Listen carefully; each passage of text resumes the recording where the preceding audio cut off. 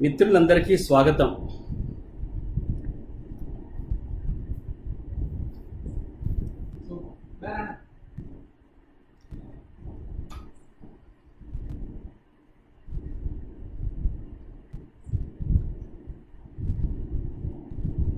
మన జీవిత కాలంలో బహుశా ప్రపంచ చరిత్రలోనే ఇటువంటి ఒక విచిత్రమైనటువంటి పరిస్థితి ఎన్నడూ మనం చూసి ఉండలేదు. భవిష్యత్తులో ఇటువంటి పరిస్థితి మరొకసారి ప్రపంచానికి కానీ మనకు కానీ రాకూడదని కూడా కోరుకుంటున్నాను నేను. మరీ ముఖ్యంగా ఇంత వసంత మాసం, ఇంత వసంత ఋతువు, ఇంత విప్పారి మన చుట్టూ ఇంత సంతోషభరితంగా ఇట్లా మా ఇంటి ఎదురుగుండా వేప చెట్టు నిండారా పూసి ఉండి పొద్దున్నే ఎక్కడి నుంచో కోకిల పలుకుతూ ఉంటే, ఆకాశంలో చుక్కలు మెరుస్తూ ఉంటే, అంటే ఇదేమిటిది? ఈ వసంత ఋతువుని ఎట్లా గడపాలి మనం? ఇది ఎట్లా గడిచి ఉండాలి? ఇంత రోగగ్రస్తంగా, ఇంత రుజాగ్రస్తంగా, ఇంత ఆకాశం మీద ఇంత మబ్బు పట్టినట్లుగా ఇది ఏమిటిది? నిజంగానే చాలా కఠినాతి కఠినమైనటువంటి ఒక పరీక్షా కాలాన్ని మొత్తం మానవ జాతి ఎదుర్కొంటూ ఉంది.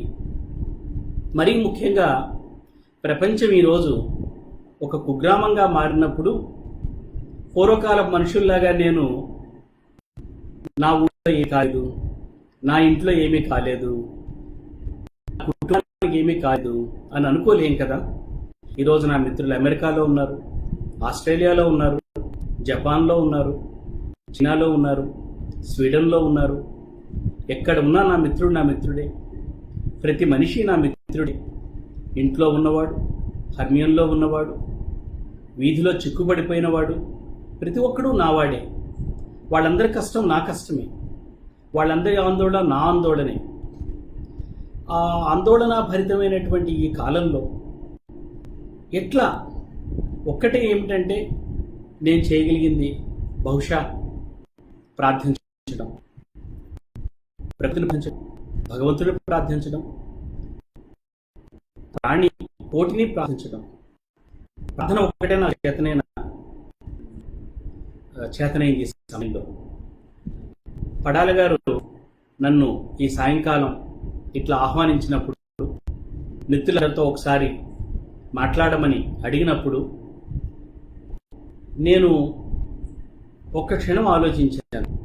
ఈ సందర్భంగా మీతో నేను ఏం పంచుకోగలను? ఇంకా చెప్పాలంటే మనందరం కలిసి ఏం పంచుకోగలం ఈ సందర్భంలో? మనందరం కలిసి ఏం చేయవచ్చు ఈ సందర్భంలో అంటే అన్నాను కానీ నేను ప్రార్థన. బహుశా ఒక మతానికి చెందిన వాళ్ళు అయ్యి ఉంటే నా మిత్రులంతా ఒక మతం తాలూకు ప్రార్థన ఏదైనా చేసి ఉండేవాళ్ళు. నా మిత్రులు అనేక మతాలకు చెందిన వాళ్ళు ఉన్నారు, ఏ మతానికి చెందిన వాళ్ళు ఉన్నారు, భగవంతుడిని నమ్మేవాళ్ళు ఉన్నారు, నమ్మని వాళ్ళు ఉన్నారు, మనిషిని మాత్రమే నమ్మేవాళ్ళు ఉన్నారు, వైద్య శాస్త్రాన్ని నమ్మేవాళ్ళు ఉన్నారు. అందరితోటి నేను పంచుకున్న ప్రార్థన, ద మోస్ట్ సెక్యులర్ ప్రేయర్ ఏముంటుందా అని ఆలోచించాను. ఒక్క క్షణం ఆలోచించగానే గీతాంజలి స్ఫురి. మిత్రులారా, ఈరోజు నాకు మీ అందరితో కలిసి గీతలు చదువుకోవాలని నాకు మాట్లాడాలి లేదు, చదవాలనుంది, నాకు చదువుకోవాలనుంది, మీకు చదివి వినిపించాలనుంది. మనం కలిసి ఒక్కసారి, నా మిత్రుడు చాలా ఏళ్ల కింద రాజమండ్రిలో మిత్రుడు గోపీచంద్ ఒక మాట అన్నాడు గీతాంజలి గురించి మాట్లాడుతూ. గీతాంజలిలో అతను నాస్తికుడు అన్నాడు. నేను అడిగాను, మరి ఠాగూర్ గీతాంజలిలో భగవంతుడి గానం చేశాడు, నువ్వేమో నాస్తికుడివి, నువ్వు గీతాంజలి ఇంతగా హృదయాన్ని హత్తుకున్నవే, ఎట్లా ఇందులో వైరుధ్యం లేదా అని అడిగితే గోపీచంద్ కదా, అందే ఉంది బాస్, చాలా సింపుల్. ఆయన దేవుడు అనే మాట ఎక్కడ వాడలేదు, నువ్వు అంటాడు. ఆ నువ్వు అన్నప్పుడు నేను, ఆ నువ్వు అన్నప్పుడల్లా జీవితం అనే ఒక మాటను అక్కడ నేను పెట్టుకుని చదువుకుంటాను. నేను దేవుడు అని వాళ్ళు ఎక్కడ ఉంటే, సర్వేశ్వరుడు అనే మాట వాడి ఉంటే అక్కడ జీవితం అనే ఒక్క మాట వాడతా, నేను వాడి చదువుకుంటా నేను అన్నాడు. మిత్రులారా, బహుశా ఈ సందర్భంలో నేను ఈ కవితలు చదువుతున్నప్పుడు జీవితం అనే ఒక్క మాట, భగవంతుని విశ్వసించేవాళ్ళు నేరుగా ఈ భగవంతుడితోటే మాట్లాడుతున్నాం అనుకుందాం. భగవంతుడి జీవితంలో లేని వాళ్ళు నష్టమేమి, జీవిత ప్రాణ సంతోషం వాటిని అక్కడ పెట్టుకోండి. కొద్దిసేపు యుత్వాన్ని మనం చదువుకుందాం. చాలా సంతోషం, మిత్రులు ఇక్కడ పలకరిస్తున్నారు. మీ అందరికీ నా స్వాగతం. చాలా మందిని నేనే మొదటిసారి చూడటం కూడా, మీ అందరికీ హృదయపూర్వకమైన స్వాగతం.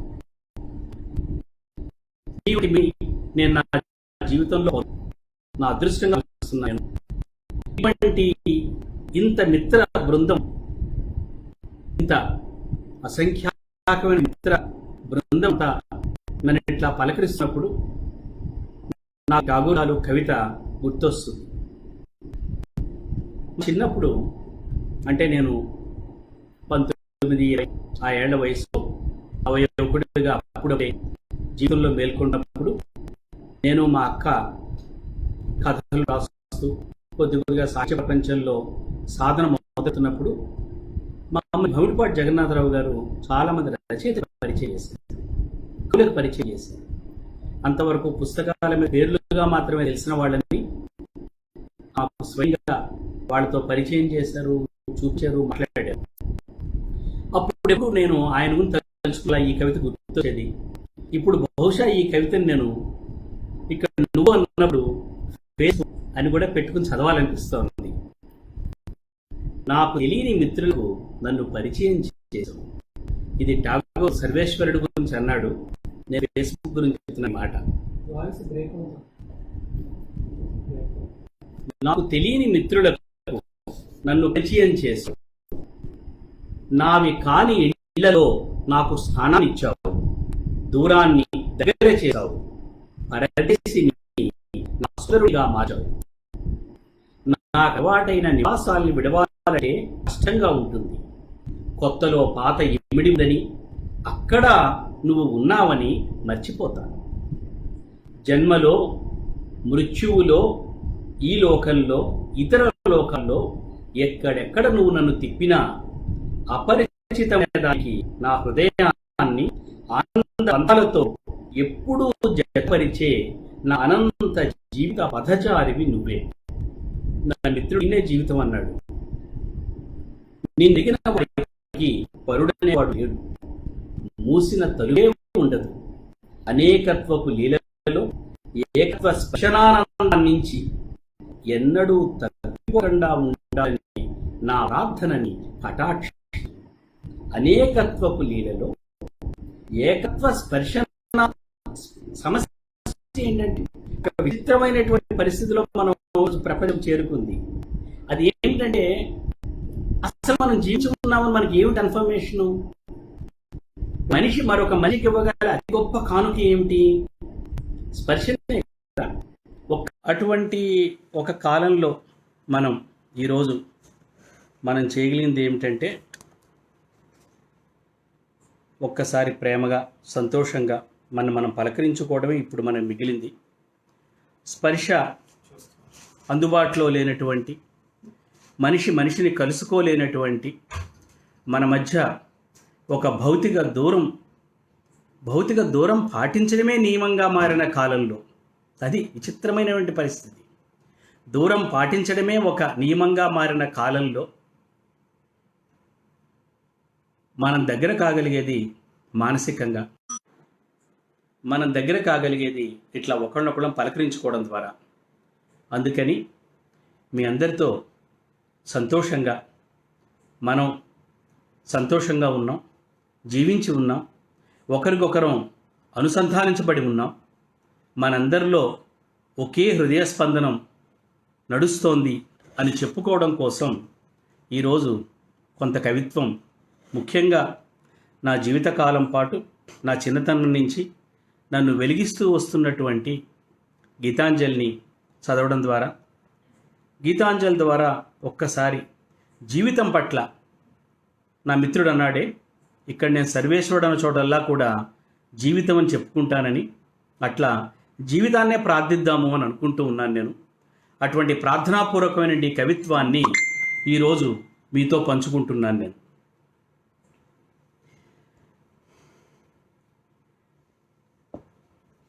మిత్రులారా, గీతాంజలిలో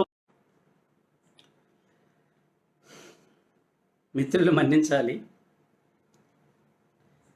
ప్రభుత్వ ఉద్యోగులకి సమయం చిక్కడం కష్టం.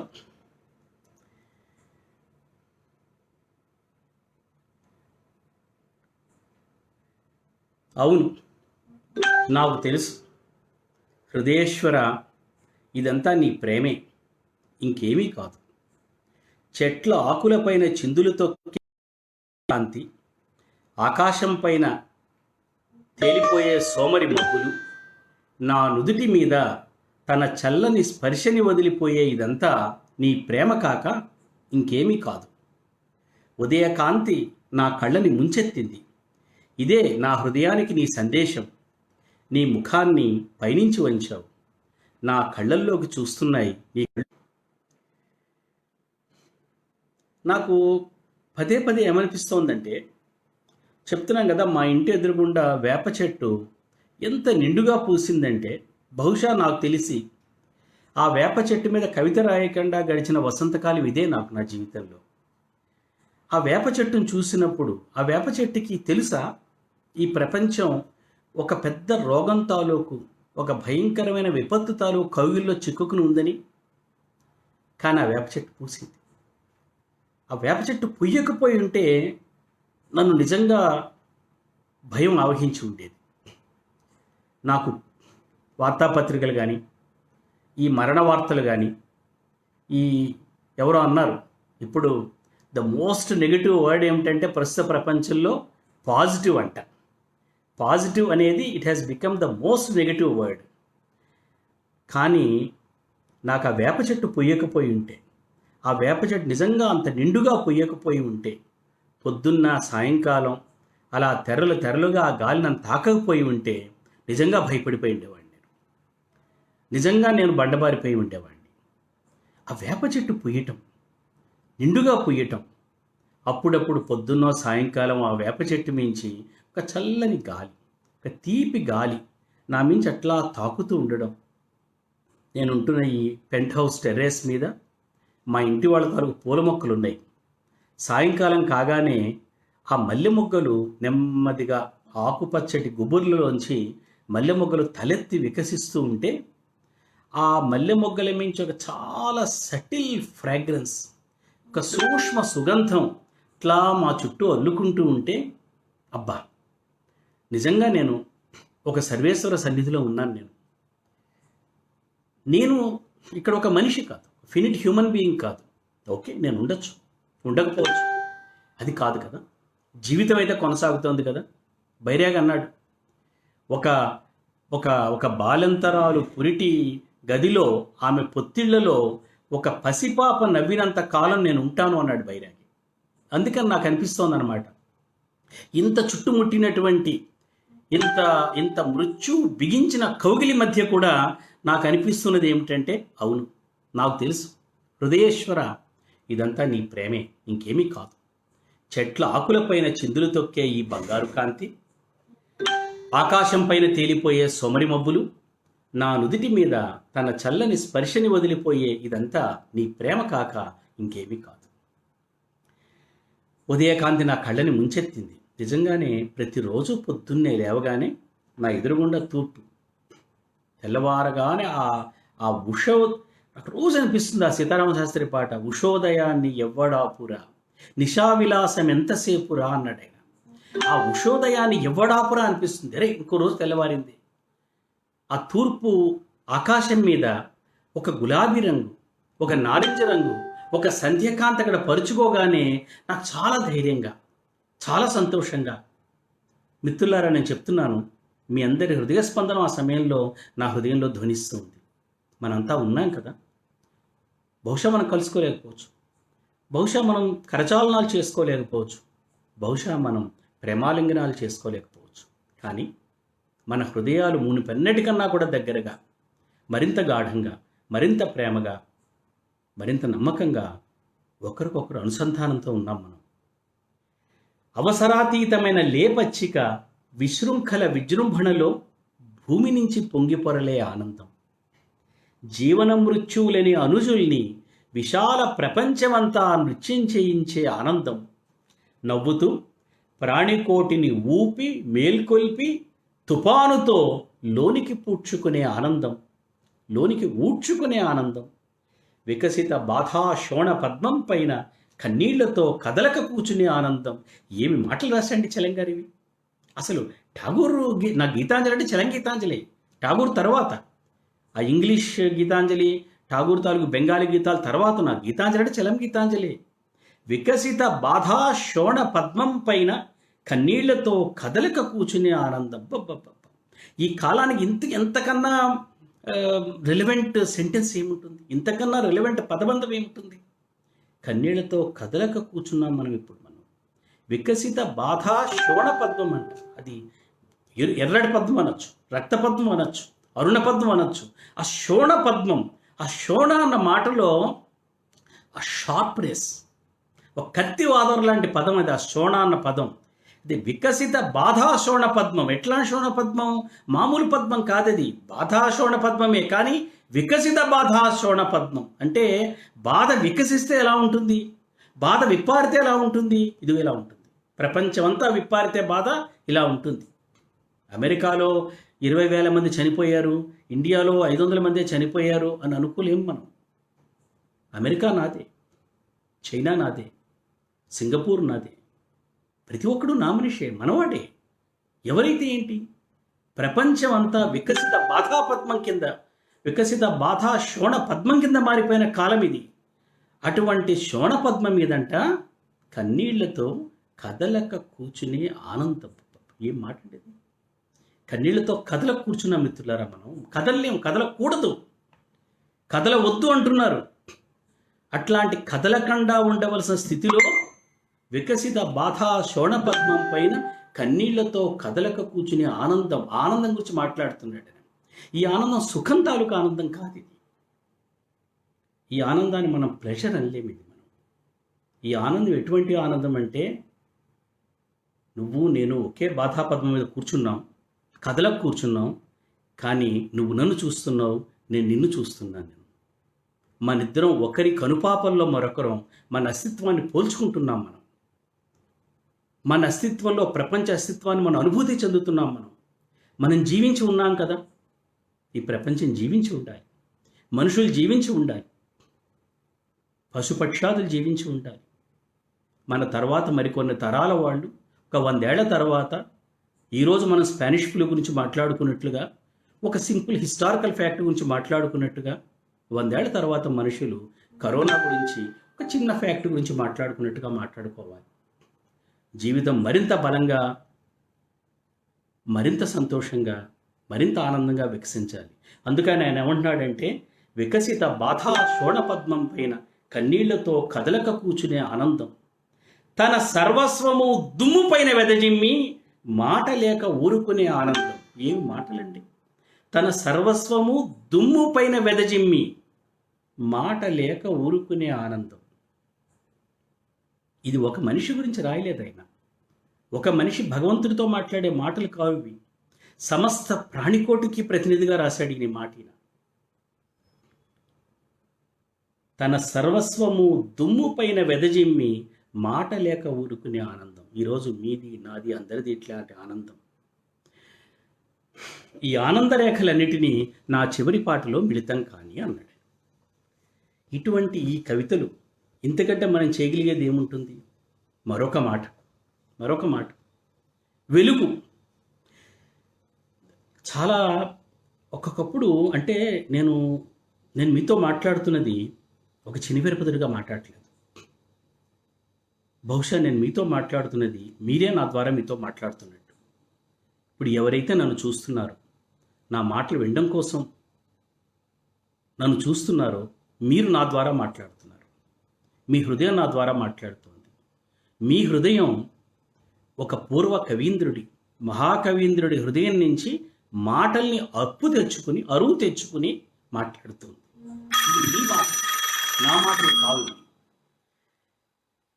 ఏమంటున్నాడు చూడండి, వెలుగు, లోకాన్ని నింపే వెలుగు, కళ్ళని ముద్దిడే వెలుగు, హృదయాన్ని మాధుర్యంతో ముంచే వెలుగు. ఆహా, నా జీవిత కేంద్రంలో కాంతి నృత్యం చేస్తోంది. ప్రియా, కాంతి నా ప్రేమతంత్రుల్ని మీటుతోంది. కాంతి ఒక్కటే నాకు ఈవేళ నిజంగా ఆసరాగా ఉన్నమాట. కాంతి ఒక్కటే ఈరోజు నాకు నిజంగా ధైర్యాన్ని ఇస్తున్న విషయం. ఎంత కాంతి మన చుట్టూ! పొద్దున్న కాంతి, మధ్యాహ్నం కాంతి, సాయంకాలం కాంతి, ఈ అమావాస్యకి చేరువైన ఈ రాత్రిపూట మినుకుమంటున్న చుక్కల తాలూకు కాంతి ఒక్కటే పొద్దునుంచి రాత్రి దాకా ఆసరాగా ఉన్నది. మరి ఏది ఆసరా ఇవ్వగలిగే కాలం కాదు ఇది. ఎవరు మనకి ధైర్యం చెప్పగలిగే కాలం కాదు ఇది. ఎవరు ఒక దారి చూపించగలిగే కాలం కాదు ఇది.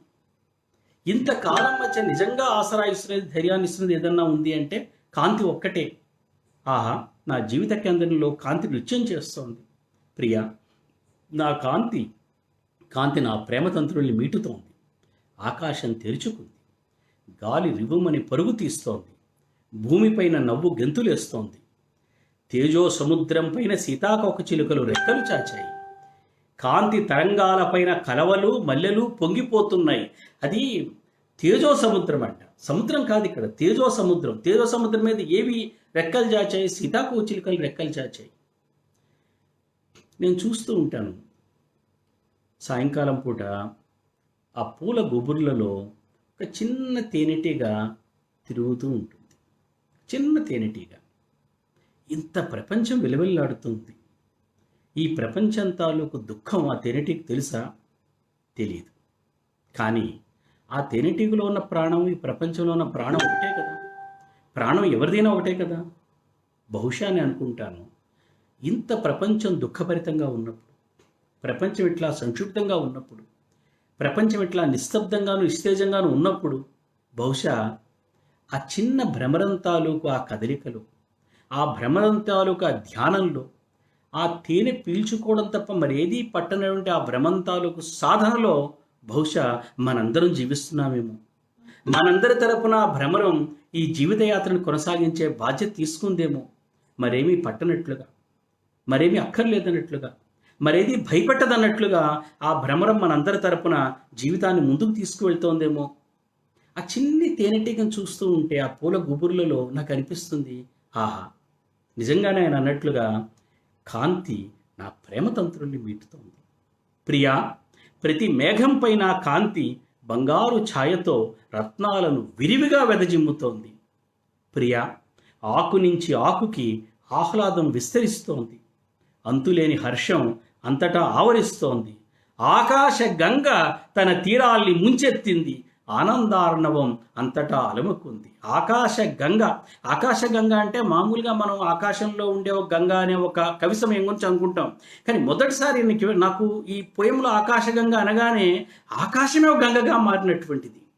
ఆకాశంలో ఉన్న గంగ కాదు, ఆకాశం అనే గంగ ఒక రూపకాలంకారంగా. నిజంగానే ఈరోజు ఏమిటి? ఉపనిషత్కారుడు అన్నాడు, ఆకాశ పరాయణం, నీకు ఆకాశం ఒకటే దిక్కు అన్నాడు.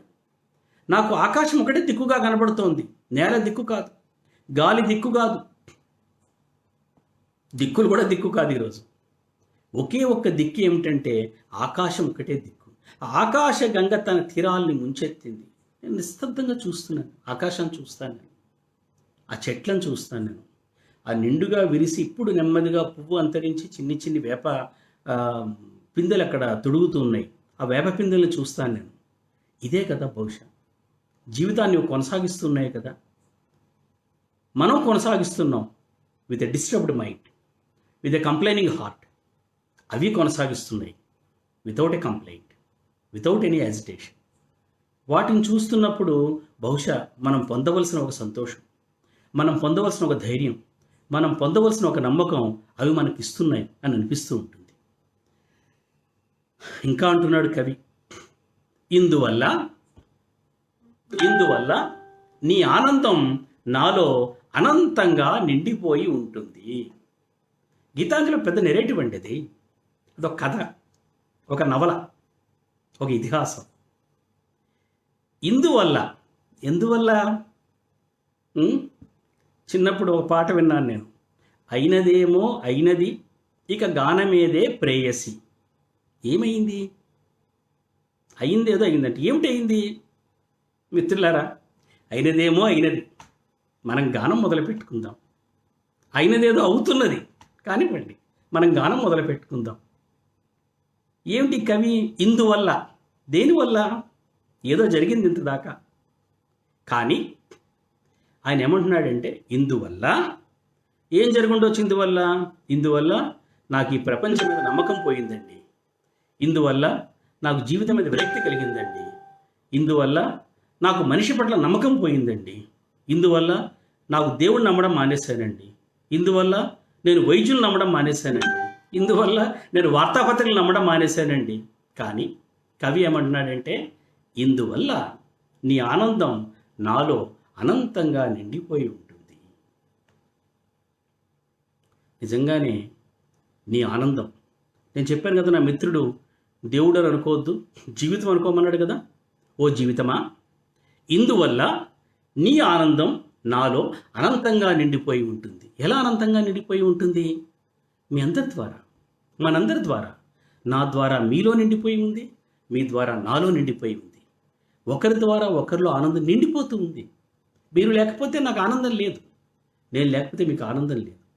మనం పరస్పరం ఇట్లా కలుసుకున్నందువల్ల, మనం పరస్పరం ఇట్లా మాట్లాడుకుంటున్నందువల్ల, దానివల్ల మాత్రమే మనం జీవించగలుగుతున్నాం. జీవితం ఏముందండి? వాళ్ళు ఉంటారు, రేపు పోతాం. That's not a big issue. కానీ ఈ బతికిన క్షణాలనే మోహన్ ప్రసాద్ గారు అన్నాడు, బతికిన క్షణాలు. ఆ బతికిన క్షణాలు, ఇందువల్ల నీ ఆనందం నాలో అనంతంగా నిండిపోయి ఉంటుంది. అందువల్లనే నువ్వు నా దగ్గరికి దిగి వచ్చావు. నాకు చాలా గగురుపాటు చెందించే వాక్యం ఇది. దిగి వచ్చావు. మిత్రులారా, ఈ కష్టం వల్ల, ఈ దుఃఖం వల్ల, ఈ సమస్య వల్ల, ఈ విపత్తు వల్ల, ఈ ఉత్పాతం వల్ల, ఇదిగో సర్వలోకాధీశ్వరుడు నేనంటాను, జీవితం అని మీరనండి, దిగి వచ్చింది ఇప్పుడు మన దగ్గరికి. మనం మాట్లాడుకుంటున్నాం, మనం కలుసుకుంటున్నాం. మనం ఆ మాటనే మనకెంతో ఆనందం కలిగిస్తూ ఉంది. ఆ పలకరింపే మనకెంతో ప్రాణప్రదంగా ఉంది. మనలో వెయ్యి తంత్రుల్ని మీటుతోంది అది. ఇందువల్ల నీ ఆనందం నాలో అనంతంగా నిండిపోయి ఉంటుంది. అందువల్లనే నువ్వు నా దగ్గరికి దిగి వచ్చావు. కవి దాశరథి నా దృష్టిలో తెలుగులో ఠాగూర్ తర్వాత, ఠాగూర్ లాంటి కవి ఎవరంటే కృష్ణశాస్త్రి అంటాం, సహజం. కానీ నాకు అనిపిస్తుంది కృష్ణశాస్త్రి సరే, దాశరథి అట్లాంటి కవి అనిపిస్తుంది. ఠాగూర్ తర్వాత ఠాగూర్ లాంటి కవి ఎవరంటే దాశరథి. నడిరేయి ఏ జాములో స్వామి నిన్ను చేర దిగి వచ్చాను అన్నాడు. ఏం మాట అండి? నడిరేయి ఏ జాములో స్వామి నిన్ను చేర దిగి వచ్చాను. స్వామి నడిరే దిగి వస్తాడు. ఠాగూరే అన్నాడు, అర్ధరాత్రి తలుపు తడతావు, వస్తున్నాడు వస్తున్నాడు వస్తున్నాడు అని. మిత్రులారా, వస్తున్నాడు వస్తున్నాడు వస్తున్నాడు. మృత్యువు మన చుట్టుముట్టినప్పుడు మాత్రమే మా చప్పుడు వినగలుగుతాం మనం. లేదా వినుండేవాళ్ళం కాదు. మనం టీవీ చూసుకుంటూ ఉండేవాళ్ళం, హోటల్లో గడిపి ఉండేవాళ్ళం, ప్రయాణాల్లో ఉండిపోయి ఉండేవాళ్ళం, పనుల్లో ఇరుక్కుపోయి ఉండేవాళ్ళం. మృత్యువు మన నిర్బంధించింది కాబట్టి ఇప్పుడు మనకు ఆ అడుగుల చప్పుడు వినబడుతూ ఉంది. వస్తున్నాడు వస్తున్నాడు వస్తున్నాడు. ఎట్లా వస్తున్నాడు? అందువల్లనే నువ్వు నా దగ్గరికి దిగి వచ్చావు. ఇందాక ఇందువల్ల అన్నాడు, ఇప్పుడు అందువల్లనే నువ్వు నా దగ్గరికి దిగి వచ్చావు. సర్వలోకాధీశ్వర, నేనే లేకపోతే నీ ప్రేమ ఏమవుతుంది? ఏం వాక్యం అండి ఇది! నా జీవితాన్ని ఈ వాక్యానికి నేను సమర్పించేశాను. నేను ఈ వాక్యాన్ని మరిచిన రోజు లేదు నా జీవితంలో. సర్వలోకాధీశ్వర, నేనే లేకపోతే నీ ప్రేమ ఏమవుతుంది? ఖురాన్లో ఓ మాట ఉంది. సర్వేశ్వరుడు అన్నట్టు అబ్రహాంతో ఏమనంటే, అబ్రహాం, నువ్వే లేకపోయింటే నేను ఈ ఆకాశాన్ని సృష్టించి ఉండేవాడే కాదన్నట్టు. నిజం, నిజం. నువ్వు లేకపోయి ఉంటే, మీరు లేకపోయి ఉంటే, నేను లేకపోయి ఉంటే ఈ జీవితం ఏమైపోయిండేది? నిన్న చదువుతున్నాను నేను. బిషప్ బర్కిలీ అని ఒక తత్వవేత్త ఉండేవాడు యూరప్లో. ఆయన మాట ఏమన్నాడంటే, ప్రపంచం ఉందా లేదా అని ఆయనకు సందేహం కలిగింది. మనిషి ఉన్నాడా, ప్రపంచం ఉందా లేదా అని. ఆయన ఏమన్నాడంటే, ఒక అడవిలో ఒక చెట్టు విరిగి పడిపోయిందనుకోండి, వినేవాడు లేకపోతే చెట్టు కింద పడుతున్నప్పుడు చప్పుడు ఉంటుందా ఉండదా అన్నాడు ఆయన. చెట్టు కింద విరిగి పడిపోయింది ఒక అడవిలో, అక్కడ వినేవాడు లేడనుకోండి ఆ చప్పుడిని, అప్పుడు ఆ చెట్టు చప్పుడు చేస్తూ పడుతుందా, చప్పుడు చేయకుండా పడుతుందా అని అడిగాడు ఆయన. నేనేమంటానంటే, తర్వాత ఆయన చాలామంది ఆయన వేసిన ప్రశ్నకు సమాధానం చెప్పడానికి ప్రయత్నించారు. The whole European philosophy of Berkeley was a great effort to answer him. నేనేమంటానంటే, వినేవాడు లేకపోతే అసలు చెట్టు లేదు, చప్పుడు లేదు. సర్వలోకాధీశ్వర, నేనే లేకపోతే నీ ప్రేమ ఏమవుతుంది? మనమే లేకపోతే జీవితం ఏముంటుంది? జీవితం కోసం మనం కావాలండి. జీవితం మనని కోరుకుంటుంది. మనైతే జీవితం లేదు, మనైతే సర్వలోకాధీశ్వరుడు లేడు. ఈ సకలైశ్వర్యానికి భాగస్థుడిగా తీసుకున్నావు నన్ను. అది ఎందువల్ల అంటే, మనమే లేకపోతే ఈ సకలైశ్వర్యానికి పార్ట్నర్ ఏడి? ఈ ఆనందంలో పాలు పంచుకునేవాడేడి? అదిగో నవలోకమని పాడుకోవాలంటే పక్కన ఒకరు ఉండాలి కదా, ఒక సహచరు ఉండాలి కదా, ఒక సహచరి ఉండాలి కదా, ఒక తోటి మానవుడు ఉండాలి కదా. ఈ సకలైశ్వర్యానికి భాగస్థుడిగా తీసుకున్నావు. నీ ఆనందం నా హృదయంలో అనంతంగా తాండవిస్తోంది. నీ చిత్తం నిరంతరం రూపం పొందుతోంది నా జీవితంలో. ఇందుకోసమే రాజాధిరాజు అయిన నువ్వు నా హృదయాన్ని వలలో బంధించుకునేందుకు సౌందర్యంతో అలంకరించుకున్నావు. మామూలుగా కవులు ఏం చెప్పారంటే, అంతవరకు రాసిన భక్తి కవులు, మీరా నుంచి క్షేత్రయ్య దాకా ప్రతి భక్తి కవి ఏమన్నాడంటే, దేవుణ్ణి ఆనందింప చేయడం కోసం, దేవుణ్ణి మన వైపు మరల్చుకోవడం కోసం, దేవుడికి మన పట్ల ఇష్టం పుట్టడం కోసం మనం అలంకరించుకుందామన్నారు. పాపం మీరా అంత మాట కూడా అనలేదు. నీ ఇంట్లో ఒక నౌకరుగా జీవిస్తే చాలు అందాం. ఏదో ఒక విధంగా నిన్ను సంతోషపరచడానికి, నిన్ను ఆనందపరచడం కోసం నేనేదన్నా చేస్తే బాగుండు అని భక్తి కవులు అన్నారు. కానీ ఈయన మొదటిసారి ఏమంటున్నాడంటే, ఇందుకోసమే రాజాధిరాజువైన నువ్వు నా హృదయాన్ని వలలో బంధించుకునేందుకు సౌందర్యంతో అలంకరించుకున్నావు. అది ఈ సౌందర్యం అంతా. మళ్ళా నువ్వు అంటే జీవితం. ఈ జీవితంతో సౌందర్యం అంతా, ఈ ఆకాశం, ఈ వేప చెట్టు, ఈ పక్షులు, ఈ భ్రమరం, ఈ పువ్వులు, ఇప్పుడు నా ఇంటి బయట కుండీలో వికసిస్తున్న మల్లె మొక్కలు, ఇవన్నీ దేనికోసం? నన్ను, నా హృదయాన్ని వలలో బంధించుకునేందుకు సౌందర్యంతో అలంకరించుకున్నావు. మరి నేను లేకపోతే ప్రపంచం ఎక్కడుంది? నేను లేకపోతే ప్రకృతి ఎక్కడుంది? నేను లేకపోతే సర్వలోకాధీశ్వరుడు ఎక్కడున్నాడు? సర్వలోకాధీశ్వర, నేనే లేకపోతే నీకు ప్రేమ ఏమవుతుంది? ఏం మాట్లాడి. ఇందుకోసమే నీ ప్రేమ నీ ప్రియుడి ప్రేమలో లీనమవుతుంది. ఇరువురి సంపూర్ణ ఐక్యతలో నీవు వ్యక్తమవుతావు. ఈ కవితలో ఇందువల్ల, అందువల్లనే, ఇందుకోసమే, ఇందుకోసమే 4 సార్లు. ఎందువల్ల? ఇందువల్ల. ఇప్పుడు ప్రపంచమంతా ఏది జరుగుతుందో అందువల్లనే నువ్వు నా దగ్గరగా దిగి వచ్చావు. అందువల్లనే ఈరోజు మనం ఈ కవిత్వం చదువుకుంటూ ఉన్నాం.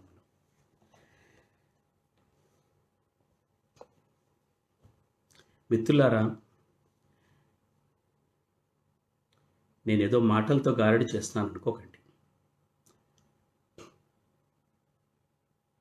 ఒక్కొక్కప్పుడు మనం చేయగల పని ఏముంటుందంటే, మనం నిప్పులాగా జ్వలించే జీవితం, నిప్పులాగా జ్వలించే హృదయాలు, నిప్పులాగా జ్వలించే ఆరాటాలు, ప్రేమ, వాటి మీద నివురు కమ్ముకున్నప్పుడు, బూడిద కమ్ముకున్నప్పుడు మనం చేయవలసింది ఒక్కసారి ఊదడం, ఉఫ్ఫని ఊదడం.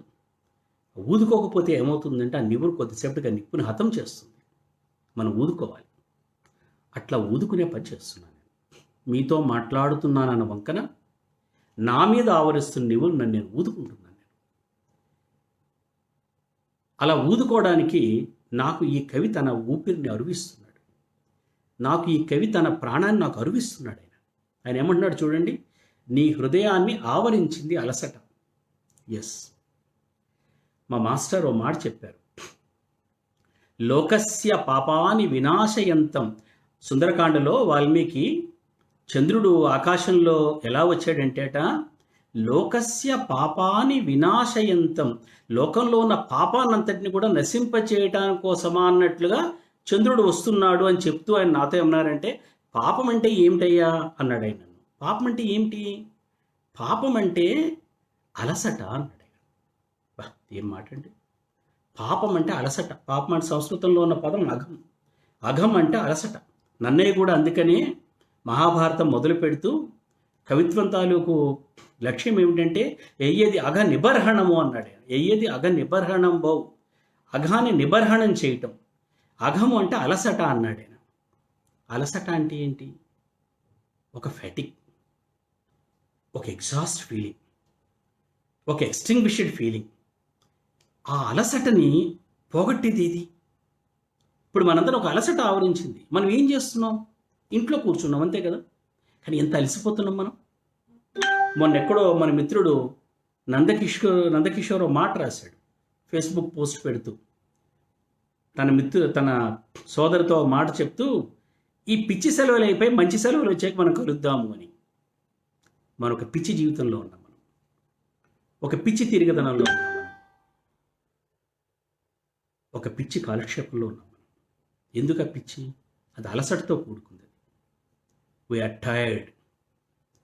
టైర్డ్ బికాస్ జీవితం పట్ల మనం పెట్టుకునే ఏ చిన్నపాటి హోప్ కూడా మనకి నిలబట్టలేదు. అటువంటి సందర్భంలో కవిత్వం ఏం చేస్తుందంటే అఘ నిబర్హణం చేస్తుంది. అలసటని పోగొట్టేది కవిత్వం. కవిత్వం పోగొట్టే అలసట సినిమా పాట తీర్చే అలసట కాదు, అలసట కాదు. అది ఫిజికల్ రిలాక్స్ కాదు కవిత్వం మనకి ఇచ్చేది. కవిత్వం మనకి ఇచ్చే రిలాక్స్ మనసు మీద ఆవరించిన నివురిని ఊదడం, మన తాలూకు సర్వశక్తులు సర్వాంగాలు ఒక రకమైన నిస్తేజానికి చేరుకున్నప్పుడు వాటికి మళ్ళా ప్రాణం పోయటం. అందుకని కవి ఏమంటున్నాడు, నీ హృదయాన్ని ఆవరించింది అలసట. ఇది శరీరాన్ని ఆవరించే అలసట కాదు, హృదయాన్ని ఆవరించింది అలసట. నీ కళ్ళ నిండా నిద్ర ఇంకా కమ్ముకునే ఉంది. నిజం. ముళ్ళలో వైభవంగా పుష్పం రాజ్యం చేస్తోందనే వార్త రానే లేదా నీకు? అదంటండి, ముళ్ళల్లో వైభవంగా పుష్పం రాజ్యం చేస్తోందనే వార్త రానే లేదా నీకు? పువ్వు వైభవంగా ఎక్కడ రాజ్యం చేయాలి? పువ్వు వైభవంగా తోటలో రాజ్యం చేయాలి, భగవంతుడి కిరీటం మీద రాజ్యం చేయాలి, భగవంతుడి చరణాల దగ్గర రాజ్యం చేయాలి, ఒక సుందరాంగి కేశపాశంలో రాజ్యం చేయాలి. కానీ ఎక్కడ రాజ్యం చేస్తుందిట? ముళ్ళల్లో వైభవంగా పుష్పం రాజ్యం చేస్తోందనే వార్త రానే లేదా నీకు? బొమ్మజముడు చూడండి, ఆ బొమ్మజముడు డొంకలో ఆ ముళ్ళతో కూడుకున్న బొమ్మజముడు మట్ట మీద ఒక పచ్చడి బొమ్మజముడు పువ్వు పూసి ఉంటుంది చూడండి, ఎంత అద్భుతంగా ఉంటుంది ఆ పువ్వు. అది ముళ్ళల్లో వైభవంగా పుష్పం రాజ్యం చేయటం అనేది. ముళ్ళల్లో వైభవంగా పుష్పం రాజ్యం చేస్తోందనే వార్త రానే లేదా నీకు? అది అడుగుతున్నాడు కవి. మిత్రులారా, ముళ్ళు, ప్రపంచమంతా ముళ్ళు పరిచి ఉన్న కాలం ఇది. మనుషుల చేతుల్లో ముళ్ళు పరుచుకున్న కాలం ఇది. కూరగాయల మీద కూడా ముళ్ళు పరుచుకున్న కాలం ఇది. ఇంటికి వచ్చే పాల ప్యాకెట్ల మీద ముళ్ళు పరుచుకున్న కాలం ఇది. ఆదరపూర్వకంగా నీ దగ్గరికి వచ్చి మాట్లాడే మనిషి ఊపిరిలో ముళ్ళు పరుచుకున్న కాలం ఇది. కానీ ఆ ముళ్ళల్లో వైభవంగా పుష్పం రాజ్యం చేస్తోందనే వార్త రానే లేదా మీకు? ప్రతి ముళ్ళులోనూ, ఆ ముళ్ళ డొంకలో, ఆ ముళ్ళ కంపలో, ఆ ముళ్ళ గుత్తుల మధ్య పుష్పాలు వైభవంగా రాజ్యం చేస్తున్నాయంట. మేలుకో మేలుకో, నీ కాలాన్ని వృధాగా గడిచిపోనీకు. ఈ రాళ్లతోవ చివర చెదరని ఏకాంతంలో నా మిత్రుడు ఒంటరిగా కూచుని ఉన్నాడు, అతన్ని మోసం చెయ్యకు, లే మేలుకో. ఈ గీతాంజలి చదివినప్పుడు నాకు కలిగే వివశత్వం ఏమిటంటే, ఎవరో ఒకడు ఒక మనిషో, ఒక స్త్రీనో, పురుషుడో ఎవరో తెలియదు కానీ ఆ వీధి చివర రేవులో నవ్య పురుషుడు ఎవరో వీణ వాయిస్తున్నాడు అంటాడు. ఏమిటంటది? ఆ రేవులో నవ్య పురుషుడు ఎవరో వీణ వాయిస్తున్నాడు. నా జీవితం అంతా వెతుకుతున్నా రేవు ఎక్కడ, ఆ నవ్య పురుషుడు ఎవరు, ఆ వీణాగానం ఎలా ఉంటుంది, నాకు ఆ రేవుకి వెళ్ళాలని ఉంటుంది. నేను గోదావరి ఒడ్డును గడిపాను, ఇప్పుడు కృష్ణ ఒడ్డును గడుపుతున్నాను నేను. నాకు ఆ రేవుకి వెళ్ళాలని ఉంటుంది, ఆ నవ్య పురుషుడు ఎవరో చూడాలని ఉంటుంది, అతని వీణాగానం వినాలని ఉంటుంది. ఇక్కడ చూడండి, ఈ రాళ్లతో చివర ఈ మిత్రుడు ఎక్కడ కూర్చున్నట్ట, రాళ్లతో చివర కూర్చున్నట్ట. ఆ పదాలు చూడండి, అవి ఏంటి? ఇది 1913లో రాసిన పుస్తకంలా లేదు, 2020లో రాసిన పుస్తకంలాగా ఉంది. ప్రపంచమంతా కరోనా ముళ్ళు పరిచిన కాలంలో రాసిన కవితలాగా ఉంది. ఇది రాళ్లతో చివర కూర్చున్నాడండి మిత్రుడు. పూల దారి చివర కాదు, పూలు పూసిన దారి చివర కాదు, ఈ రాళ్లతోవ చివర చెదరని ఏకాంతంలో నా మిత్రుడు ఒంటరిగా కూర్చుని ఉన్నాడు, అతన్ని మోసం చెయ్యకు అంటున్నాడు. ఏంటి మోసం చేయడం ఏంటి? మోసం చేయకపోవడం ఏమిటి అంటే, అతను అక్కడ వెయిట్ చేస్తున్నాడు మన కోసం. అతను ఉన్నాడు అక్కడ. ఎక్కడున్నాడు? రాళ్లతో అవతల ఉన్నాడు. నువ్వు రాళ్లతో దాటగలిగితే, రాళ్ళు అనుకోకపోతే, రాళ్లల్లో నీ కాళ్ళు పెట్టడానికి, నీ పాదాలకి రాళ్ళు పుచ్చుకుంటాయనే శ్రమకి నువ్వు ఓరవగలిగితే, ఆ రాళ్లతో చివర చెదరని ఏకాంతంలో ఉన్నాడంట. నీకోసం ఉన్నాడు అతను. చెదరని ఏకాంతంలో నా మిత్రుడు ఒంటరిగా కూర్చుని ఉన్నాడు, అతన్ని మోసం చెయ్యకు, లే మేలుకు. మధ్యాహ్న మార్తాండుడి వేడిలో ఆకాశం వణుకుతూ ఒగరుస్తూ ఉంటేనే, తన దాహోత్తరీయాన్ని మండు టిసక పరచి పుంచితేనే, ఓకే, మధ్యాహ్నం చాలా భయంకరమైన ఎండ కాస్తూ ఉంది, ఆకాశం వణుకుతూ ఒగరుస్తూ ఉంది, అయితే ఏమిటంట? So what? రాధాకృష్ణమూర్తి గారు చెప్పారు, తత కిం, సో వాట్, అయితే ఏమిటి? తన దాహోత్తరీయాన్ని మండుటిసక పరిచి ఉంచితేనే నీ హృదయాంతరాళంలో ఆనందం లేదా? నీ ప్రతి పాద స్పర్శకి బాట వీణవలే మధుర బాధారవంతో గానం చేయటం లేదా? బాట వీణవలే, రాళ్లతోవే, కానీ నీ ప్రతి పాద స్పర్శకి, పాదాలు కాదుట గానం చేసేది, బాట గానం చేస్తున్నట్ట. అది చూడండి, బాట అనే రాళ్ళు అనే తంత్రుల మీద నీ పాదాలు అడుగులు పడాలే, కానీ రాళ్ళు తంత్రులుగా మారిపోతాయి, రాళ్ళు పాటలు పాడతాయి. బాట వీణవలే మధుర బాధారవంతో గానం చేయటం లేదా? మధుర బాధారవం, వికసిత బాధా శోణపద్మం, ఏం మాటలండివి? ఈ మధుర బాధారవం ఏమిటి? ఇదే మధుర బాధారవం. బాధారవం, కానీ మధుర బాధారవం. మిత్రులారా, మనం జీవించి ఉన్నామని చెప్పుకోవడమే ఒక సంతోషం, ఇదే ఒక ఆనందం, ఇది మధురం. ఓకే, బాధపడుతున్నాం, అది బాధ. మధుర బాధారవం, మధుర బాధారవం అంటే ఇదే. అసంఖ్యాకమైన అంటే ఠాగూర్ తాలూకు భగవంతుడు, ఠాగూర్ కన్నా ముందు వచ్చినటువంటి భక్తి కవులందరి భగవంతుడికిను ఠాగూర్ భగవంతుడికి మధ్య ఒక తేడా ఉంది. అంతకుముందు వచ్చిన భక్తి కవులందరి భగవంతుడు కూడా స్పష్టమైనటువంటి మూర్తి, ఇష్టదేవతామూర్తి. ఆయన మీరాబాయి ఉందనుకోండి, ఆమె తాలూకు భగవంతుడు గిరిధర గోపాలుడు. బసవేశ్వరుడు అనుకోండి, ఆయన భగవంతుడు కూడల సంగమ దేవుడు. అక్క మహాదేవి ఉందనుకోండి, ఆమె భగవంతుడు చెన్నమల్లికార్జునుడు. వాళ్ళు స్పష్టమైన రూపం ఉన్నటువంటి ఇష్టదేవతామూర్తులు. కానీ ఠాగూర్ తాలూకు భగవంతుడికి రూపం లేదు. అలాగని ఆయన అరూపం కాదు, ఆయన యాబ్స్ట్రాక్ట్ గాడ్ కాడు, అబ్సల్యూట్ గాడ్ కాడు. ఆయన అనుక్షణం ప్రతి చోట కనబడే దేవుడు. ఆ దేవుడు ఎటువంటి దేవుడు అంటే, ఈ దేవుడిలో ఎంత సంతోషం ఉందో ఈ దర్శనంలో. మళ్ళా నా మిత్రుడు చెప్పినట్లుగా, నేను దేవుడు అంటున్నప్పుడు దేవుడు నమ్మనవాడు జీవితం అనే మాటగా వినండి. ఈ దేవుడు లేదా జీవితం ఎటువంటిదంటే, ఇది కేవలం సంతోషాన్నో, ఆనందాన్నో, సౌందర్యాన్నో మాత్రమే నింపి పెట్టుకునే జీవితం కాదు. ఇది దీనికి చాలా కఠినమైన అంచు ఉంది. ఒక పార్శ్వంలో ఇది దుఃఖభరితం, వేదనాభరితం, దారుణం. అటువంటి పరిస్థితుల్లో అటువంటి దర్శనం నీకు లభించినప్పుడు నువ్వు ఆ దర్శనాన్ని కూడా అంగీకరించు. ఇది కూడా, ఈ మృత్యువు కూడా జీవితం యొక్క సాక్షాత్కారంగా భావించు. అసంఖ్యాకమైన రంగురంగు మణులతో అందంగా చెక్కి నక్షత్రాలతో అలంకరించిన నీ చేతి కంకణం ఎంతో సుందరం. వినండి, అసంఖ్యాకమైన రంగురంగు మణులతో అందంగా చెక్కి నక్షత్రాలతో అలంకరించిన నీ చేతి కంకణం ఎంతో సుందరం. కానీ సూర్యాస్తమయ అరుణోగ్రకాంతితో తేలిపోతున్న గరుత్మంతుడి విశాలంగా చాచిన రెక్కల లాంటి మెరుపు తీగ వంపుతో తళతళలాడే నీ ఖడ్గం అంతకన్నా సుందరం. ఈయన గీతాంజలిలో 2-3 కవితలు ఈ ఖడ్గం గురించి మాట్లాడతాడు. ఈ ఖడ్గం సుందరం, కంకణం సుందరం. కంకణం గురించి అందరూ కవిత్వం రాస్తారు, కానీ ఈయన ఖడ్గ సౌందర్యం గురించి రాస్తున్నాడు. ఖడ్గం ఏం చేస్తుంది? నరికేస్తుంది, తుంచేస్తుంది, తెంచేస్తుంది. నేను వేదాంతం చెప్పట్లేదు. ఖడ్గాన్ని కూడా మనం నమ్మగలగాలి. ఖడ్గంలోని సౌందర్యాన్ని కూడా చూడగలగాలి. మనం జీవితం తాలూకు ఒక అంచు చాలా పదునైన అంచు. ఆ పదునైన అంచులో అది ఎటువంటి సౌందర్యం అంట? సూర్యాస్తమయ అరుణోగ్రకాంతితో తేలిపోతున్న గరుత్మంతుడి విశాలంగా చాచిన రెక్కల లాంటి మెరుపు తీగ వంపుతో తళతళలాడే నీ ఖడ్గం అంతకన్నా సుందరం. ఎంతకన్నా సుందరం? కంకణం కన్నా సుందరం. కంకణ సౌందర్యాన్ని చూసే కవి మామూలు కవి, ఖడ్గ సౌందర్యాన్ని చూసే కవి మహాకవి, విశ్వకవి. మృత్యువు చివరి వేటులోని బాధా తీవ్రతకి ఎదురు పలికే కడపటి ప్రాణ చలనం వలె కంపిస్తుంది నీ ఖడ్గం.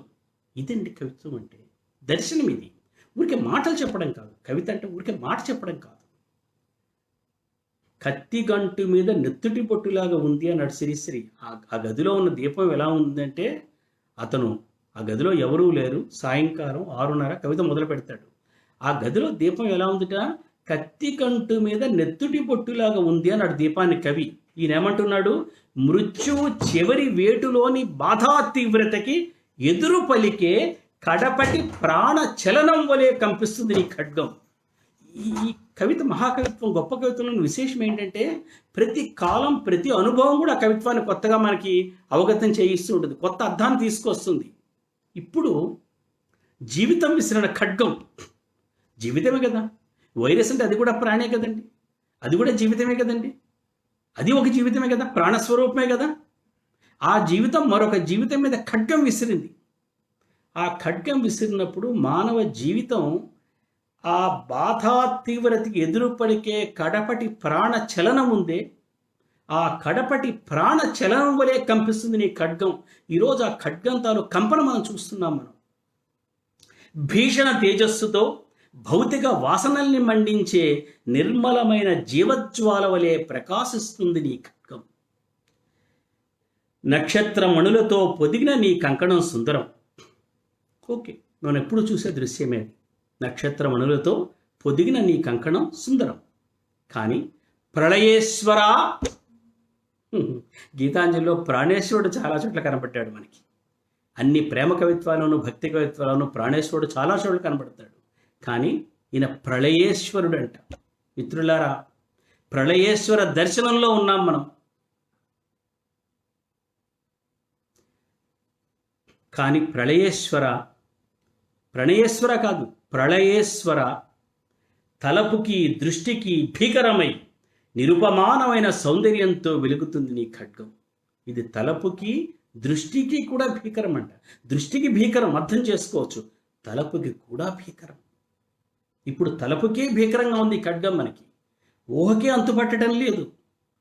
అటువంటి తలపుకి దృష్టికి కూడా భీకరమై నిరుపమానమైన సౌందర్యంతో వెలుగుతుంది నీ ఖడ్గం.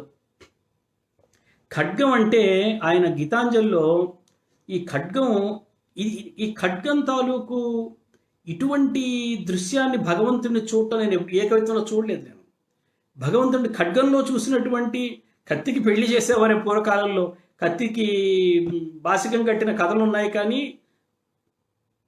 కత్తిని ప్రేమించి కత్తిలో భగవంతుని చూసినటువంటి కవి నేను ఎక్కడ చూడలేదు. ఇక్కడ చూడండి, నీవు మెడలో ధరించిన రోజామాలని నాకిమ్మని అడగాలని, నీ మెడలో ధరించిన రోజామాలని నాకిమ్మని అడగాలని. కానీ ధైర్యం లేకపోయింది. నువ్వు వెళ్ళిన తర్వాత ఉదయం పక్క మీద రాలేనిదేమన్నా ఏరుకుందామని ఊరుకున్నాను. తెల్లారగట్టే యాచకురాలివలే 1-2 పువ్వు రేకుల కోసం వెతికాను. ఆయన రాత్రి గడిపాడు. ఆ మెడలో వేసుకున్న రోజామాలు అడుగుదామనుకుంది, కానీ అడగలేకపోయింది. పొద్దున వెళ్ళిన తర్వాత ఏదన్నా మిగిలితే తీసుకుందాం అనుకుంది. పొద్దున్న యాచకురాలివలే 1-2 పువ్వు రేకుల కోసం వెతికాను. కానీ ఇదేమిటి? నీ ప్రేమ చిహ్నంగా ఏం వదిలి వెళ్ళావు? పువ్వు కాదు, సుగంధాలు కావు, పన్నీరు దాను కాదు. మామూలుగా ప్రతి వసంతకాలం నేను భగవంతుడు ఏం వదిలిపెడుతున్నాడు నేను నడిచే దారిలో వెతుక్కుంటాను. నేను ఒక కోకిల పాటన, ఒక మామిడి పూతన, ఒక వేప గాలిన ఏం వదిలిపెట్టాడు భగవంతుని వెతుక్కుంటాను. అలాగే వెతుక్కున్నాను. ఒక యాచకురాలి వలె వెతుక్కున్నాను. ఈ వసంతకాలంలో వెతుక్కున్నాను నేను. ఏం వదిలిపెట్టాడు భగవంతుడు ఇక్కడ నాకు?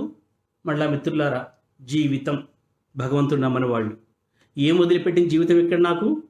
పువ్వు కాదు, సుగంధాలు కావు, పన్నీరు దాను కాదు, పిడుగు వలె బరువై జ్వాల వలె మెరిసే శక్తిపూర్ణమైన నీ ఖడ్గం, అది వదిలి వెళ్ళాట ఆయన పక్క మీద.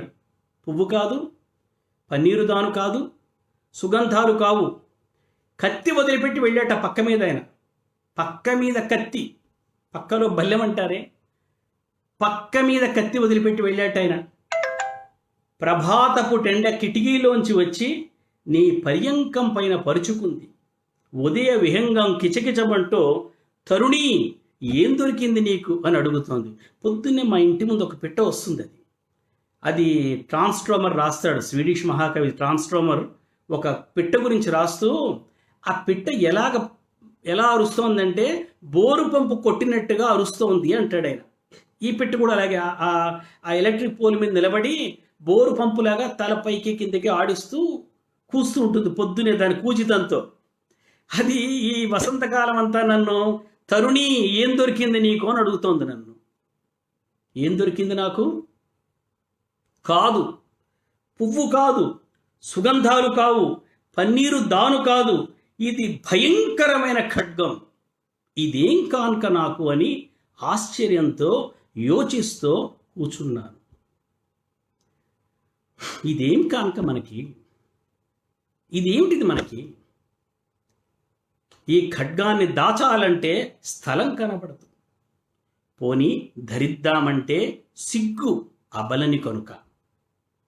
నా హృదయానికి హత్తుకోవడానికైనా వీల్లేదు, గాయమవుతుంది. అది చూసారా? ఈ కానుక ఎటువంటిదంటే దీన్ని నా హృదయానికి హత్తుకోవడానికైనా లేదు, గాయమవుతుంది.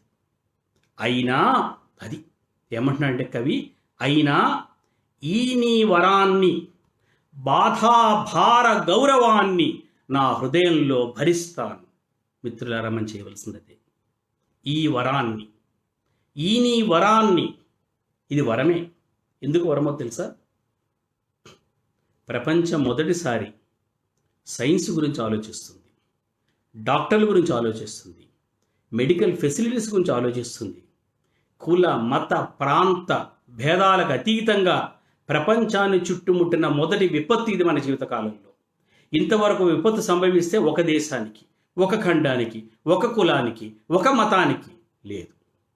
కుల మత ప్రాంత భేదాలన్నింటినీ పక్కన పెట్టిన మహావిపత్తు ఇది. ఇప్పుడు మానవజాతి మొత్తం ఒకటిగా ఆలోచిస్తుంది. కాబట్టి ఇది వరం. కొన్ని ప్రాణాలు త్యాగమైపోయాయి, కొందరు మరణించారు. ఇది ఒక మహాయుద్ధం. కానీ ఇది ఒక వరం. అయినా ఈ నీ వరాన్ని, బాధాభార గౌరవాన్ని, బాధా శోణపద్మం, బాధ పాట ఒక మధుర బాధారవంతో బాట పాడడం, బాధాభార గౌరవం. ఇది ఈ బాధ, ఈ భారం, బాధాభారం బరువిది. ఈ బాధాభారాన్ని ఆయన ఏమన్నా అంటే గౌరవం అంటున్నాడు. కవిత్వం అండి. ఇట్లా ఒక్క వాక్యం రాయాలి జీవితం. ఎందుకు ఎన్ని పుస్తకాలు వేసుకుంటాం? ఒక్క వాక్యం చదివితే చాలు, రాయడం పక్కన పెట్టండి. ఒక సాయంకాలం పూట హృదయం నిజంగా అలసటతో కూడుకున్నప్పుడు, దిక్కు తోచనప్పుడు ఒక్క వాక్యం చాలు. బాధ, భార, గౌరవం అంట. ఆ కత్తిని ధరించడం అనేది ఒక బాధ, బరువు కత్తి. అటువంటి బరువుని ధరించడం ఒక బాధ, కానీ గౌరవం ఎందుకు? ఇది నీ వరం, నాకు ఈ వరం, నా గౌరవం, నా అస్తిత్వాన్ని గౌరవం ఇచ్చావు. ఈ బాధ, భార, గౌరవాన్ని నా హృదయంలో భరిస్తాను. ఈనాటి నుంచి ప్రపంచంలో నాకే భయము లేదు. రాసుకోండి మిత్రులారా, నిద్రపోయే ముందు ఒక రాసుకుని పడుకోండి. వేళ మనలో ప్రతి ఒక్కరూ రాసుకోవాల్సిన మాట, ఈనాటి నుంచి ప్రపంచంలో నాకే భయము లేదు. నా సమరాలన్నిటిలోనూ నీకే విజయం. నా సమరాలన్నిటిలోనూ నాకే విజయం కాదు, నా సమరాలన్నిటిలోనూ నీకే విజయం. నీకే అంటే భగవంతుడు నమ్మని వాళ్ళు జీవితం. నా నా నా సమరాలన్నిటిలోనూ ఎవరికి విజయం? జీవితానికి విజయం. జీవితం విజయం చెందాలి, ప్రాణం విజయం చెందాలి. నా సమరాలన్నిటిలోనూ నీకే విజయం. నా సహచరుడిగా మృత్యువునే వదిలి వెళ్ళావు. నా సహచరుడిగా మృత్యువునే వదిలి వెళ్ళావు. నా జీవితంతో అతన్ని అభిషిక్తుణ్ణి చేస్తాను. అది మిత్రులారా, ఈరోజు ప్రపంచంలో మనిషికి సహచరుడు ఎవరంటే మృత్యువే. కానీ మన జీవితంతో అతన్ని అభిషిక్తుని చేద్దాం మనం. నా బంధాలు నరికేందుకు నీ ఖడ్గం నాతో ఉంది. ఇక ప్రపంచంలో నాకే భయము లేదు. ఈ రోజు తర్వాత, ఈ విపత్తు గడిచిన తర్వాత మనలో ప్రతి ఒక్కరిది పునర్జన్మే. మన ఇంతకంటే చుట్టుముట్టగల విపత్తు మరొకటి ఏమీ లేదు. ఇంతకంటే కాళ్ళు చేతులు కట్టిపడేసే విపత్తు మరేది ఉండదు. అంతర్యుద్ధాలు, యుద్ధాలు, క్షామాలు, మహాయుద్ధాలు, ఏమైనా ప్రపంచ యుద్ధాలు ఏమైనా రానివ్వండి, ఇట్లా ప్రపంచం మొత్తం మనం చదువుకుంటూ ఉంటాం. గాజాలో, పాలస్తీనాలో బాంబులు పడుతూ ఉంటే వాళ్ళు ఇళ్ళలో గడిపారని వాళ్ళ కవిత్వం చదివాం. ఈరోజు మనం గాజా, పాలస్తీనా, ప్రతి ఒక్క ఊరు, ప్రతి ఒక్క పట్టణం, ప్రతి ఒక్క దేశం ఒక కాలంలో ఉన్నాం మనం. ఇది గడిచిన తర్వాత మన సమరాలన్నిటిలోనూ కూడా నీదే విజయం, జీవితానిదే విజయం. ఇక ప్రపంచంలో నాకే భయము లేదు. అల్పాలంకరణాలన్నిటినీ ఈనాటి నుంచి వదిలేస్తాను. నా హృదయనాథ, మూలల నిరీక్షణమా, విలాపము, మధుర ముగ్ధత్వము ఇంక నాకు అనవసరం. అలంకారంగా నీ ఖడ్గాన్ని ఇచ్చావు, ఇంకా బొమ్మ ముస్తాబు నాకు అవసరం లేదు. ఇంకేం ముస్తాబు కావాలి? ఖడ్గం. మన జీవితం తాలూకు విలువలన్నీ మారిపోతాయండి. మనం ఎందుకు బతకాలి, దేనికోసం బతకాలి, ఇంతవరకు మనం నమ్మిన వాల్యూస్, ఇంతవరకు మనం చాలా గొప్పగా భావించినవి, అవన్నీ ఎంత శుష్కంగా, ఎంత తృణప్రాయంగా తేలిపోతూ ఉన్నాయి, ఎగిరిపోతూ ఉన్నాయి. నేను ఎక్కడో చూశాను ఒక ఫోటో, ఇటలీలో కరెన్సీ నోట్లు రోడ్డు మీద జల్లారు అని. ఆ అల్ప అలంకారాలంటివి వదిలిపెట్టే సమయం వచ్చింది. బొమ్మ ముస్తాబు, ఇక బొమ్మ ముస్తాబుతో పని లేదు. నాకు ఖడ్గాను వదిలిపెట్టి వెళ్ళావు నువ్వు. నాకు నా పిల్లల్ని తలుచుకుంటే చాలా గర్వంగా ఉంది ఈరోజు. ఎందుకంటే ఒక ప్రళయానంతర ప్రపంచంలో వాళ్ళు జీవించబోతున్నారు. మీ పిల్లల్ని తలుచుకుని మీరు గర్వపడండి. మనకన్నా మన పిల్లలు అదృష్టవంతులు. వాళ్ళు ఒక ప్రళయానంతర, ఒక విపదానంతర ప్రపంచంలో వాళ్ళు జీవించబోతున్నారు. వాళ్ళు ఒక మహాభయంకర విపత్తు వాళ్ళు చూశారు. ప్రపంచం అంతా చూస్తున్నారు. రేపు బతికే ప్రపంచం ఏది ఉంటుందో, ఈ ప్రళయానంతర ప్రపంచం ఏముంటుందో, ఈ కరోనానంతర ప్రపంచం ఏముంటుందో, అది నిజంగా ధన్య ప్రపంచం, అది నిజంగా భవ్య ప్రపంచం. వాళ్ళు చూసే జీవితం నిజమైన జీవితం, క్షాళిత జీవితం, ప్రక్షాళిత జీవితం. అది వాళ్ళ జీవితం తాలూకు విలువ తెలుస్తుంది, వాళ్ళకి మానవత్వం తాలూకు విలువ తెలుస్తుంది. సాయంకాలం పూట నలుగురు మనుషులు ఊరికే కూర్చుని ఒక టీ షాపు దగ్గర కూర్చుని టీ తాగుతూ మాట్లాడుకోవడంలో ఉండే జీవితానందం ఏమిటో తెలుస్తుంది వాళ్ళకి. చాలా కాలం కిందట సుదర్శన్ గారు మాట అన్నారు నాతో. ఆయన మదనపల్లిలో చూడడానికి వెళ్ళినప్పుడు, ఆయన అమెరికాలో కొన్నాళ్ళు ఒక 6 నెలలు ఉండి వచ్చారు. ఆర్ఎస్ సుదర్శన్ గారు ఆయన అన్నారు నాతో, చూడయ్యా, నేను ఇక్కడ ఉన్నంతగా నాకు తెలిసేది కాదు. నేను అమెరికా వెళ్ళొచ్చిన తర్వాత ఒక 6 నెలలు అక్కడ గడిపి వచ్చిన తర్వాత మా మదనపల్లిలో సాయంకాలం బయటికి వెళితే ఆ బడ్డీ కొట్టతను మాస్టర్ గారు బాగున్నారా అన్నాడు. ఈ మాట ఎవరు అడగరయ్యా అమెరికాలో మన్ని, నాకు ఇలా అంటే నాకు ఎంతో సంతోషం అనిపించింది అన్నాడు. రేపు పొద్దున్న మనుషులు ఊరికే మాట్లాడుకోవడం, కలిసి కరచాలనాలు చేసుకోవడం, ఒకళ్ళ భుజం మీద ఒకళ్ళు చేతులు వేసుకోవడం, అవే ఎంతో అపురూపంగా, అవే ఎంతో సంతోషంగా ఈ ఈ ఈ ఈ ఈ ఖడ్గ సౌందర్యం ఏమిటో వాళ్ళకి అప్పుడు అర్థమవుతుంది. బొమ్మ ముస్తాబులతో పని ఉండదు. ప్రభు సందర్శనం లేదా జీవిత సందర్శనం ఎలా ఉంటుంది? ఇదే ఈ కవిత్వం అంతా. నాకెందుకో ఈ గీతాంజలి చదువుతూ ఉంటే ఈ కవి ఎవరో అక్కడెక్కడో కూర్చుని, కలకత్తాలో కూర్చుని మన కోసం కవితలు రాసి పంపిస్తున్నాడా అనిపిస్తూ ఉంది మనకి. రాత్రి చీకటి పడ్డది, పనులన్నీ ముగిశాయి, రావాల్సిన అతిథులందరూ వచ్చేసారనుకుని ఊళ్ళో తలుపులన్నీ మూసేసుకున్నాం. ప్రభు ఇంకా రాలేదన్నారు కొందరు. నవ్వి కాదు, అబద్ధం అన్నాం. ఎవరో తలుపు కొట్టినట్టయింది. గాలి ఇంకేం లేదు అని దీపాలు ఆర్పేసి పడుకున్నాం. అడుగో వచ్చాడు వార్తాహరుడు అన్నారు కొందరు. లేదో ఏం లేదు, గాలి అయి ఉంటుంది అని నవ్వేశాం. అర్ధరాత్రి ఏదో శబ్దమైంది. దూరపు ఉరుము అనుకున్నాం. భూమి కంపించింది, గోడలు ఊగాయి. మా నిద్ర భంగమైంది. సరిగ్గా మనకి జరిగింది అదే. భూమి కంపించింది, గోడలు ఊగాయి, మన నిద్ర భంగమైంది. మిత్రులారా గుర్తుపెట్టుకోండి, కరోనా ఏం చేసిందంటే మన నిద్రని భంగం చేసింది. లేదా మనం నిద్రపోతూ ఉండేవాళ్ళం, అలా సుఖ నిద్రపోతూ ఉండేవాళ్ళం. మన నిద్ర భంగమైంది. రథచక్రాల నాదం అన్నారు కొందరు. కాదు, మేఘగర్జనం అని కొనిగాం నిద్రమత్తులో. ఇంకా రాత్రి చీకటి ఉండగానే భేరీ మోగింది. ఆలస్యం చేయకండి, మేలుకోండి అన్న కంఠం వినిపించింది. అరచేతుల్ని గుండెలకు అద్దుకుని వణికిపోతున్నాం భయంతో. అదిగో ప్రభు నికేతనం అన్నారు ఎవరో. చప్పున లేచి నించుని వ్యవధి లేదంటూ అరిచాం. ప్రభు దయచేశారు. ఎక్కడా? ఆయన్ని ఆసీనుణ్ణి చేయడానికి సింహాసనం ఎక్కడ ఉంది? సిగ్గు సిగ్గు. ప్రవేశపెట్టడానికి మంటపం ఎక్కడా? అలంకారాలేవి? ఈ అరుపుల వల్ల ప్రయోజనం లేదు. రిక్త హస్తాలలోనే ఏ అలంకరణ లేని నీ గదుల్లోకే ఆయనకి నమస్కరించి ఆహ్వానించు. తెరవండి తలుపులు, ఊదండి శంఖాలు.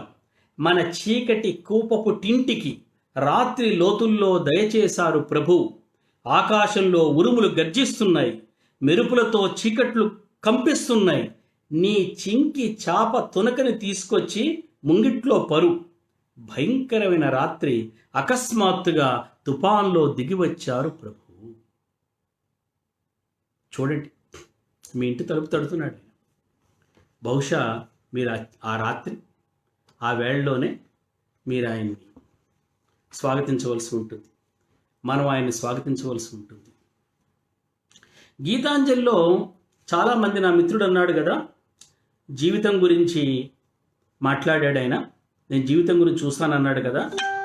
కానీ ఆయన ఈ జీవితాన్ని ఏం చేశాడంటే, ఠాగూర్ ఒక మాట అన్నాడు. ఏమంటే, నేను రూప జలధిలో దూకి, గీతాంజలిలో కవితలో చెప్పాడు, నేను రూప జలధిలో దూకి అరూపరత్నాన్ని వెతుకుతాను అన్నాడు. రూప జలధిలో దూకి అరూపరత్నాన్ని వెతుకుతాను అన్నాడు.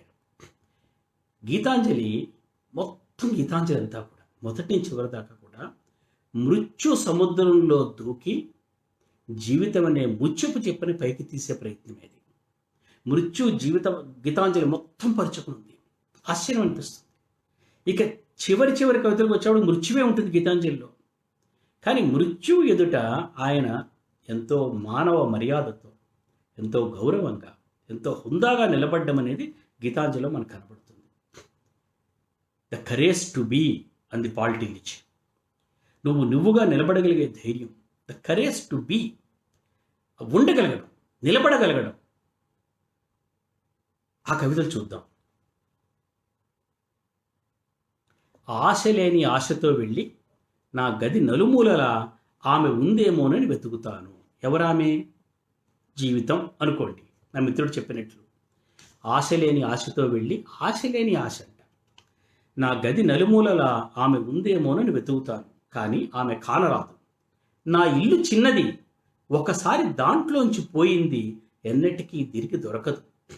నీ మందిరం అనంతం, ప్రభో ఆమెని అన్వేషిస్తూ నీ వాకిటికి చేరుకున్నాను. నీ సాయంత్రాకాశపు పైడి పందిరి కింద నించుని ఆశతో నీ ముఖం కేసి నా కళ్ళెత్తి చూస్తాను. నేను ఆద్యంత శూన్యమైన కాలం పంచకి వచ్చి నించున్నాను. ఆ చోటు నుంచి ఏదీ మాయం కాదు.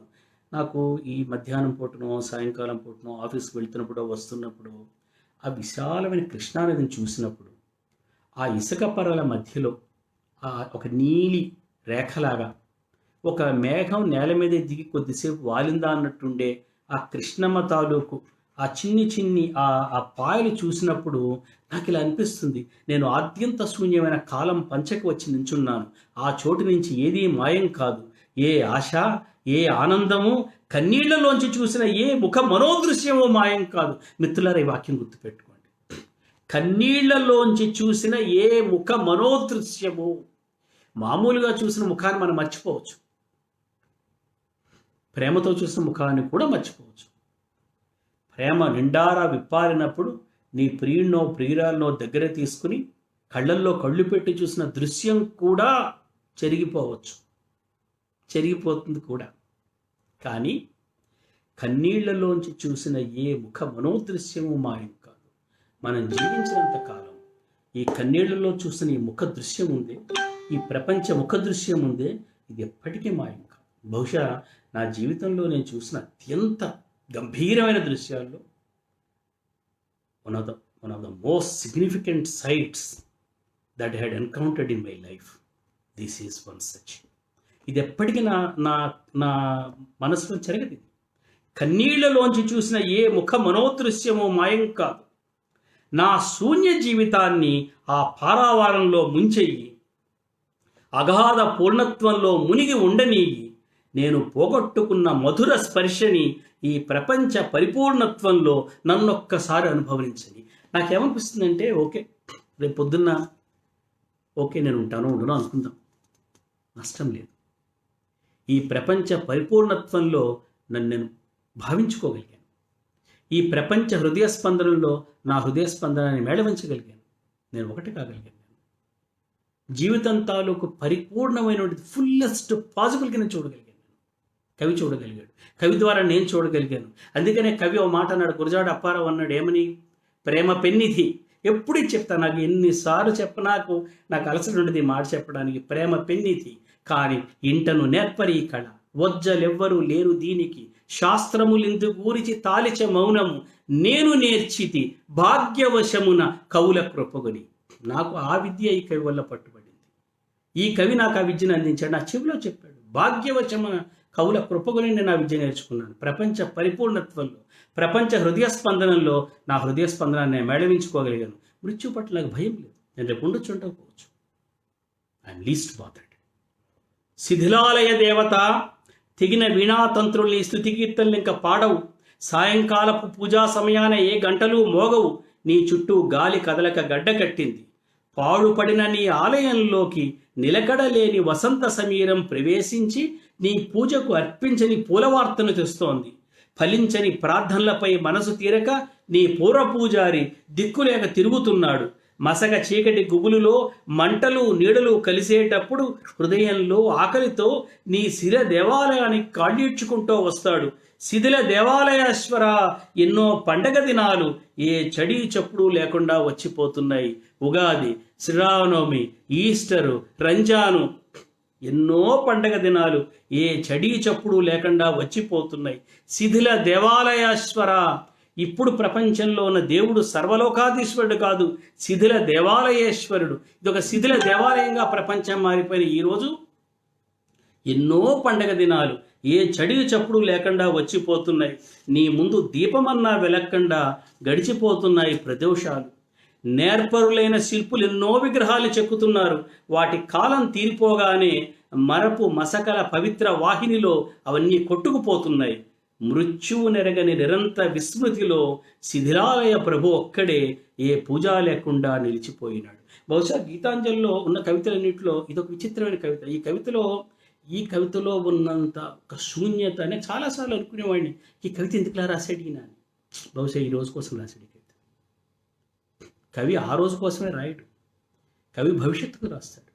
ఈ రోజు కోసం రాశాడు ఈ కవిత. మృత్యువు నెరగని నిరంతర విస్మృతిలో శిథిలాలయ ప్రభు ఒక్కటే ఏ పూజ లేకుండా మిగిలిపోయాడు అని. అటువంటి సందర్భంలో ఏం చేయాలి మనం? ఇంక నేను గోల చేస్తూ బిగ్గరగా మాట్లాడను, అది కవి చెప్తున్నాడు. ఇంక నేను గోల చేస్తూ బిగ్గరగా మాట్లాడను, నా ప్రభు ఆజ్ఞ అది, రహస్యాలతోనే చెప్తాను. పాట గుసగుసల్లోనే నా హృదయ భాష పలుకుతుంది. పట్టణ వాణిజ్య వీధికి త్వరగా వెడతారు ప్రజలు. అమ్మేవారు కొనేవారు అందరూ అక్కడే చేరతారు. మంచి పని సమయంలో మధ్యాహ్నం అప్పుడు వేళ కాని వేళ నేను తప్పించుకుని వచ్చేశాను. సరే, వాటి కాలం కాకపోయినా నా తోటలోని పువ్వుల్ని బయటికి రమ్మనండి. మధ్యాహ్న మధుపాల్ని, వాటి సోమరి పాటల్ని ప్రారంభించమనండి. నా లోపలి మంచి చెడుల యుద్ధంలో చాలా గడియలు గడిపాను. ఇప్పుడు నా పనికి రాని సోమరి దినాల చెలికాడు నా హృదయాన్ని తన దగ్గరగా లాగేసుకున్నాడు. ప్రయోజనం లేని ఏ నిరర్థకత్వానికి ఇలా పిలుస్తున్నాడో తెలియదు.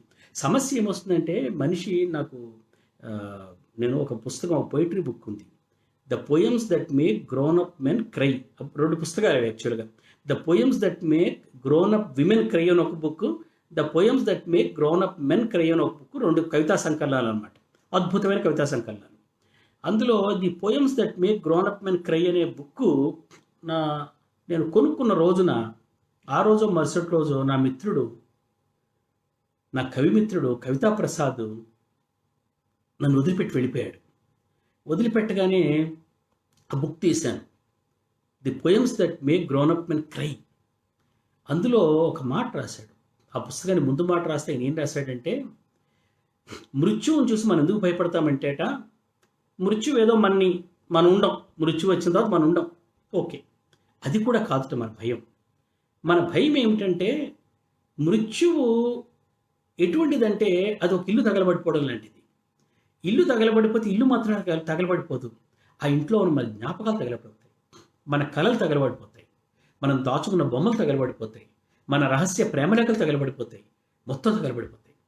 ఒక మృత్యువు వస్తే ఏమవుతుందంటే, జీవితం ఎలా తుడిచిపెట్టుకుపోతుందంటే, ఊహలు, ఆశలు, కళలు.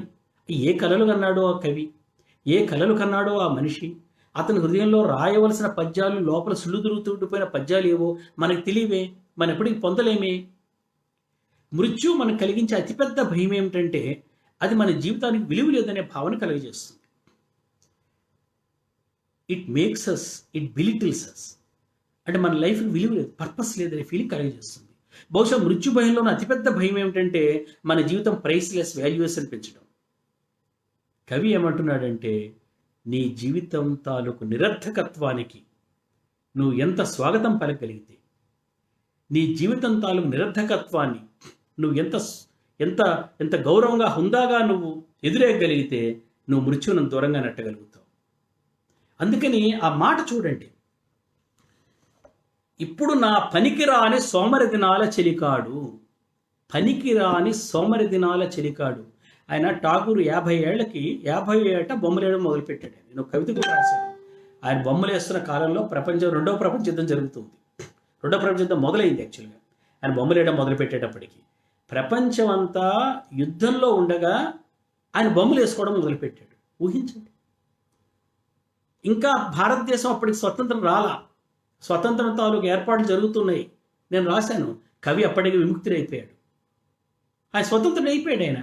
ఆయన ప్రపంచం తాలూకు ఈ ప్రయోజకత్వాలు, ఈ లెక్కలు, వీటి నుంచి బయటపడిపోయాడు ఆయన. ఈ బికెమ్ ఏ చైల్డ్. పిల్లవాడు ఏ ప్రయోజకత్వాన్ని ఆలోచిస్తాడు? పసిపిల్లలు ఏ ప్రయోజకత్వం గురించి జీవిస్తారు? అసలు వాళ్ళకి ఏ ప్రయోజకత్వం తెలుసు?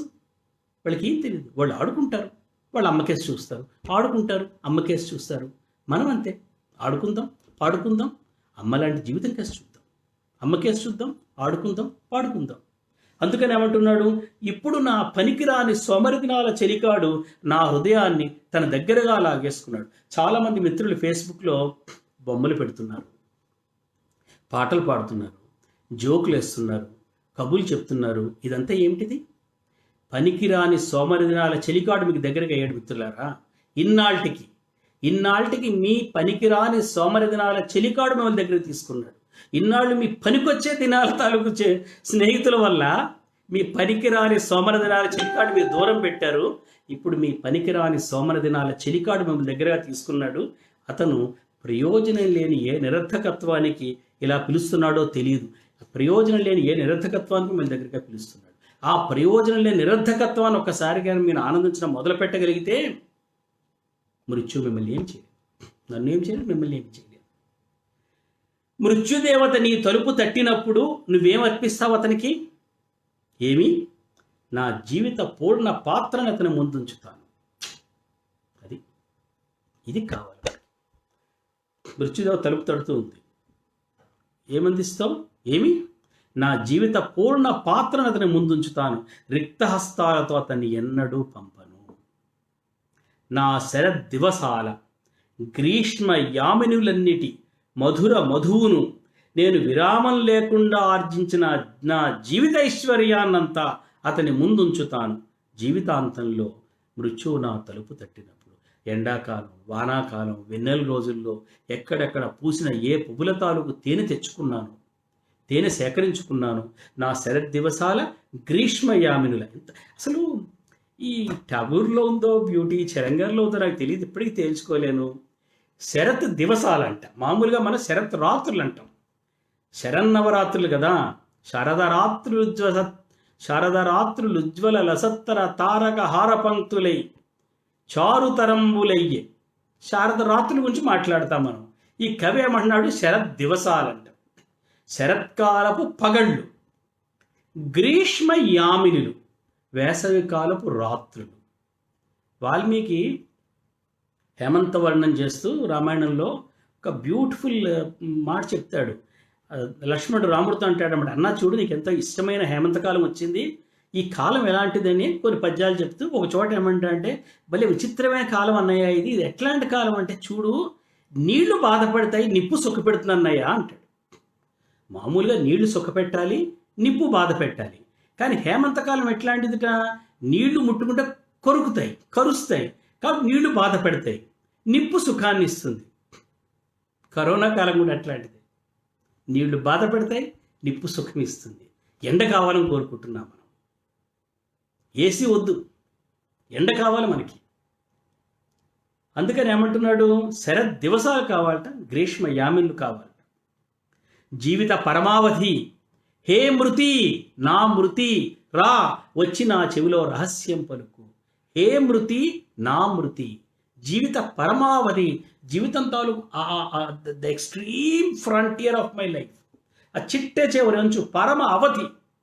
పరమావధి అంటే ఆ చిట్ట చివరి అంచు, జీవితం తాలూకు చిట్ట చివరి అంచు. హే మృతి నా మృతి రా వచ్చి నా చెవిలో రహస్యం పలుకు. దినం నీ కోసం నిరీక్షిస్తున్నాను. జీవితంలో సుఖాన్ని దుఃఖాన్ని రెంటిని నీకోసమే భరించాను. నేనేదో అదంతా, నాకున్నదంతా, నేను ఆశించేదంతా, నా సంపూర్ణ ప్రేమ, ఇవన్నీ నా రహస్యాంతరాళల్లో నిత్యము నీ దశకే ప్రవహించాయి. అదిట జీవించినంతకాలం ఆ మొత్తం అంతా కూడా నీవైపు. ఎవరి కోసం? నా జీవిత పరమావధి. ఏ మృతి, నీ కళ్ళ నుంచి ఒక్క కడపటి చూపుతో నా ప్రాణం ఇంకెన్నటికీ నీదైపోతుంది. పుష్పాలు అల్లాను, వరుడికై మాల సిద్ధమైంది. కళ్యాణానంతరం వధువు తన ఇంటిని వదిలి రాత్రి చీకట్లో ఏకాంతంగా తన నాథుణ్ణి చేరుకుంటుంది. మృత్యువుని అందుకనే కృష్ణశాస్త్రి గారు, ప్రాణసఖుడు నా కోసమై పల్లకి పంపినాడు. నాన్న ప్రమోద్, పల్లకి అనగానే హృదయము జల్లుమని అన్నాడు. ప్రాణసఖుడు పంపిన పల్లకి ఏమిట? పల్లకి పెళ్లి పల్లకి కాదు, ఆయన మాట్లాడిన పల్లకి పాడే, మృత్యు తాలూకు పల్లకి, మంచు పల్లకి, చివరి పల్లకి.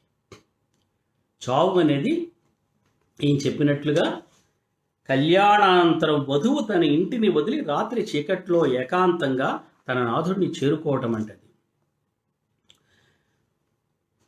నేను మృత్యుబోధ చేస్తాను కాదు. మృత్యు అనేది ఎవే ఎక్కడో లేదు. మృత్యు అనేది ఒక భయం. మన జీవితం నిరర్ధకంగా గడిచిపోతుందేమో అనే భయం, నిష్ప్రయోజకమనేమో భయం. ఆ భయాన్ని దాటడమే జీవితం. ఆ భయాన్ని దాటగానే జీవితానికి మృత్యుకి మధ్య హద్దు చెరిగిపోతుంది. నేను మరణించాను అనుకోండి, మీరు జీవించి ఉంటారు. జీవితం అయితే కొనసాగుతుంది కదా, ప్రపంచం అయితే కొనసాగుతుంది కదా. ఓనాడు ఈ భూమి నా కనుమరుగవుతుందని చివరి తెరని నా కళ్ళపైకి లాగి జీవితం మౌనంగా సెలవు తీసుకుంటుందని నాకు తెలుసు. అయినా రాత్రి నక్షత్రాలు అట్లా కనిపెట్టుకొని మెరుస్తూనే ఉంటాయి. ముందటి మల్లేనే ప్రభాతం ఉదయిస్తుంది. సుఖదుఖాల్ని ఒడ్డుకి విసరి వెదజల్లుతో సంద్రపు టలల వలె గడియలు లేచి పడుతూనే ఉంటాయి. గడియలు, గంటలు, క్షణాలు ఎలా లేచి పడతాయట? సుఖదుఖాల్ని ఒడ్డుకి విసరి వెదజల్లుతో సముద్రపు టలల్లాగా గడియారంలో గంటలు ఎగిసి పడుతూ ఉంటాయి.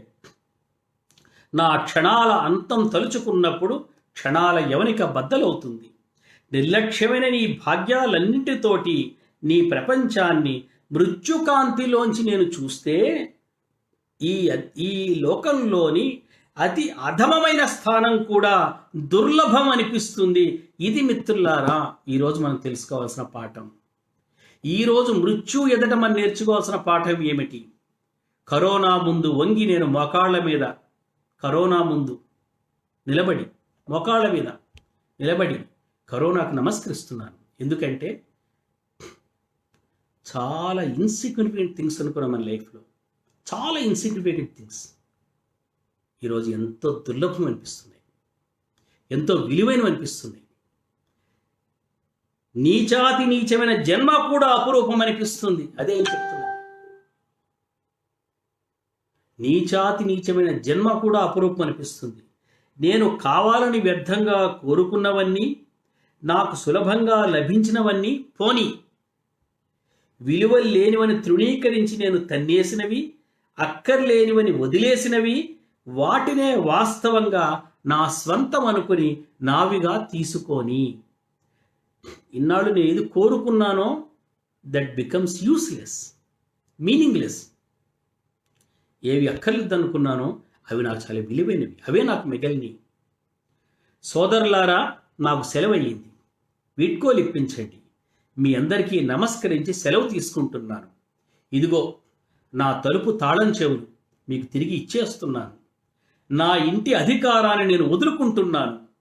మీ నుంచి కడపటి దయాపూరిత వాక్కుల్నే వాంఛిస్తున్నాను. చిరకాలం మనం కలిసి మెలిసి మెలిగాం. నేను ఇవ్వగలిగిన దానికన్నా ఎక్కువగానే తీసుకున్నాను. ఇది మాత్రం అక్షర సత్యం. నా విషయంలో కాదు మిత్రులు, అందరి విషయంలో కూడా. ఈ ప్రపంచం నుంచి, ఈ ప్రపంచానికి మనం ఇచ్చింది ప్రపంచం తీసుకున్న దాంతో పోలిస్తే సహస్రాంశం కూడా కాదు, లక్షవంతం కూడా చెప్పలేమన్నమాట. ఎంత ఇచ్చింది ప్రపంచం మనకి, ఎంత ఇచ్చింది సమాజం మనకి, ఎంత ఇచ్చారు ఈ మనుషులు మన చుట్టూ ఉన్నవాళ్ళు మనకి, ఈ పశుపక్షాదులు ఎంత ఇచ్చాయి మనకి. మనం ఏమిచ్చాం తిరిగి? ఏమీ ఇవ్వలేదు. మనం ఈ కొద్ది ఇస్తే దాన్ని ఎంతో ఘనంగా చెప్పుకున్నాం, గర్వంగా చెప్పుకున్నాం. బట్ ఎంత పొందాం మనం? నేను ఇవ్వగలిగిన దానికన్నా ఎక్కువగానే తీసుకున్నాను. తెల్లవారింది, నా చీకటి మూలని వెలిగించిన దీపం ఆరిపోయింది. నా కోసం పిలుపు వచ్చింది, ప్రయాణానికి సిద్ధంగా ఉన్నాను. నేను ఈ జీవిత ప్రాంగణాన్ని దాటి ఎప్పుడు ఈ లోకంలోకి వచ్చానో నాకు జ్ఞప్తిలో లేదు. అరణ్యంలో అర్ధరాత్రి పుష్పించే కుసుమం వలె ఈ అనంత నిగూఢ అద్భుత ప్రపంచంలోకి ఏ శక్తి నన్ను వికసింపజేసిందో ఉదయాన నేను కళ్ళు విప్పగానే తెలిసింది. ఈ లోకానికి నేను నూతనుణ్ణి కానని, నామ రూపరహితుడైన పరమాత్మే నా తల్లి రూపాన తన చేతుల్లోకి నన్ను తీసుకున్నాడని. పరమాత్మ అన్న మాట తీసి ప్రాణమనో జీవితమనో పెట్టండి, ప్రపంచమని పెట్టుకున్న అభ్యంతరం లేదు. నామ రూపరహితమైన జీవితమే నా తల్లి రూపాన తన చేతుల్లోకి నన్ను తీసుకున్నదని అని చదవండి. ఏం మారదు. ఉదయానే నేను కళ్ళు విప్పగానే తెలిసింది, ఈ లోకానికి నేను నూతనుణ్ణి కానని, నామ రూపరహితుడైన పరమాత్మే, నామరూపరహితమైన జీవితమే నా తల్లి రూపాన తన చేతుల్లోకి నన్ను తీసుకున్నదని.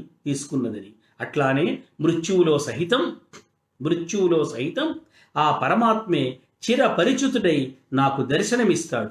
ఈ జీవితాన్ని ప్రేమిస్తున్నాను కనుక నేను మృత్యువును ప్రేమిస్తానని తెలుసు. తన కుడి స్తనం నుంచి తల్లి తీసినప్పుడు శిశువు ఏడుస్తుంది, కానీ మరుక్షణమే ఎడమ స్థానంలో ఓదార్పు పొందుతుందా లేదా? అది ఒక్క క్షణం, ఆ క్షణం ఇలా మార్చే క్షణంలో శిశువు ఏడుస్తుంది. జీవితం మొత్తం పోయినట్టు ఏడుస్తుంది. అంటే శిశువు తాలూకు జీవితం అంతా అస్తన్యమే. ఆ ఒక్క క్షణం అది పోగానే కంగారు పడుతుంది కదా, మరుక్షణంలో తీసుకుంటుంది కదా. ఇక నా జీవితంలో నిరంతరం నిన్ను పాటలతో వెతికాను. అవే నన్ను ద్వారం నుంచి ద్వారానికి తిప్పాయి. వాటి సహాయంతోనే ఈ ప్రపంచాన్ని వెతుకుతో స్పృశిస్తూ ఇటు అటు తోవ తడుముకుంటూ తిరిగాను. నేను నేర్చుకున్న విజ్ఞానాన్నంతా నా పాటలే నాకు బోధించి అవే అనేక రహస్య మార్గాల్ని చూపాయి. నా హృదయాంచలంలో మెరిసే ఎన్నో తారల్ని నా దృష్టి ముందుకు తెచ్చి నిలిపింది నా పాటలే. దినమంతా హర్ష ఖేద మర్మ ప్రదేశాలకు నాకు తోవ చూపింది అవే. హర్ష ఖేద మర్మ ప్రదేశాలంట, 3 రకాల ప్రదేశాలంట. నా ప్రయాణాంతంలో సాయంకాలాన నన్ను ఏ మందిర ద్వారాన చేర్చాయో అవి. చిట్ట చివర ఒక్క నమస్కారంతో ఈశ్వరా జీవితమా అంతం. ఒక్క నమస్కారంతో జీవితమా, ఒక్క నమస్కారంతో ఈశ్వరా నా ఇంద్రియాలన్నీ విస్తరించి ఈ ప్రపంచాన్ని నీ పాద సన్నిధిలో స్పృశించని. కురియని నీటి భారంతో వాలిన ఆషాఢ వర్షమేఘం వలె ఒక్క నమస్కారంలో నీ ద్వారం వద్ద నా మనస్సు కిందకి వంగిపోని. కురియని నీటి భారంతో వాలిన ఆషాఢ వర్షమేఘం వలె ఒక్క నమస్కారంలో నీ ద్వారం వద్ద నా మనస్సు కిందికి వంగిపోని. వివిధ రాగాల్ని ఏకం చేసుకుని నా పాటల్ని ఒక్క నమస్కారంలో నీరవార్ణవంలోకి ఏకవాహినిగా ప్రవహించని నిశ్శబ్ద సాగరంలోకి ఒక నదిగా ప్రవహించినవి. ఏమిటి? ఈ వివిధ రాగాల్ని ఏకం చేసుకున్న పాటలన్నీ కూడా ఒక్క నదిగా మారి నిశ్శబ్ద సముద్రంలో కలిసిపోని. ఇంటిపై మరులుగొని తమ పర్వత నికేతనాలకి రాత్రింబవళ్ళెగిరిపోయే కొంగల గుంపు మల్లే ఒక్క నమస్కారంతో నా జీవితం సంపూర్ణంగా తన అంతరహిత నివాసానికి ప్రయాణం కాని. ఆ బలాక శ్రేణిలాగా, ఆ కొంగల గుంపులాగా నా జీవితం తన ఇంటికి ఆ గృహోన్ముఖం కాని అని కవి అంటున్నాడు.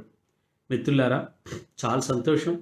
ఇంతసేపు మనం రవీంద్రుడి గీతాంజలిని విన్నాం. నిజంగానే విశ్వకవి, నిజంగానే కాలాతీతమైన కవిత్వం రాశాడైన. ఇటువంటి కష్టకాలంలో ప్రపంచాన్ని ఒక క్రూర ఖడ్గంలాగా ఒక వ్యాధి ప్రపంచాన్ని బిగి తన తాలూకు ఆ కబంధ హస్తాల్లో చుట్టుముట్టినప్పుడు ఈ కవితాలూకి ఈ పాటలు జీవితం పట్ల ఆయన కనబరిచిన నమ్మకం, మృత్యువు పట్ల ఆయన చూపించిన గౌరవం, ఆ హుందాతనం, the dignity, facing death with a dignity. జీవితం తాలూకా గౌరవం అంతా కూడా, ఆ బాధ గౌరవం, దానంతటినీ కూడా కనబరిచే విధంగా ఆయన రాసిన కవిత్వాన్ని కొద్దిసేపు మీతో మాట్లాడుకునే అవకాశం లభించింది. ఈ కఠిన కాలంలో, ఈ కష్టకాలంలో ఈ మధుర బాధారవం మీరు జీవించున్నారు, నేను జీవించి ఉన్నాను. మనం లేకపోయినా జీవితం కొనసాగుతుంది. ఆయన చెప్పినట్టు మళ్ళా ఉదయాలు వికసిస్తాయి, ఆకాశగంగ పొంగి పొరుగుతుంది, కృష్ణానది ప్రవహిస్తుంది, గోదావరి ప్రవహిస్తుంది, కోకిల పాడుతుంది. మా అమ్మాయి ఒకరోజు మెసేజ్ పెట్టింది, నాన్న చూడు కోకిల పాట వినబడుతోంది అని. నేను చెప్పాను, కరోనా నశిస్తుంది, కోకిల నిలుస్తుంది. కరోనా నశిస్తుంది, కోకిల గెలుస్తుంది. కరోనా నశిస్తుంది, గీతాంజలి నిలుస్తుంది. ధన్యవాదాలు.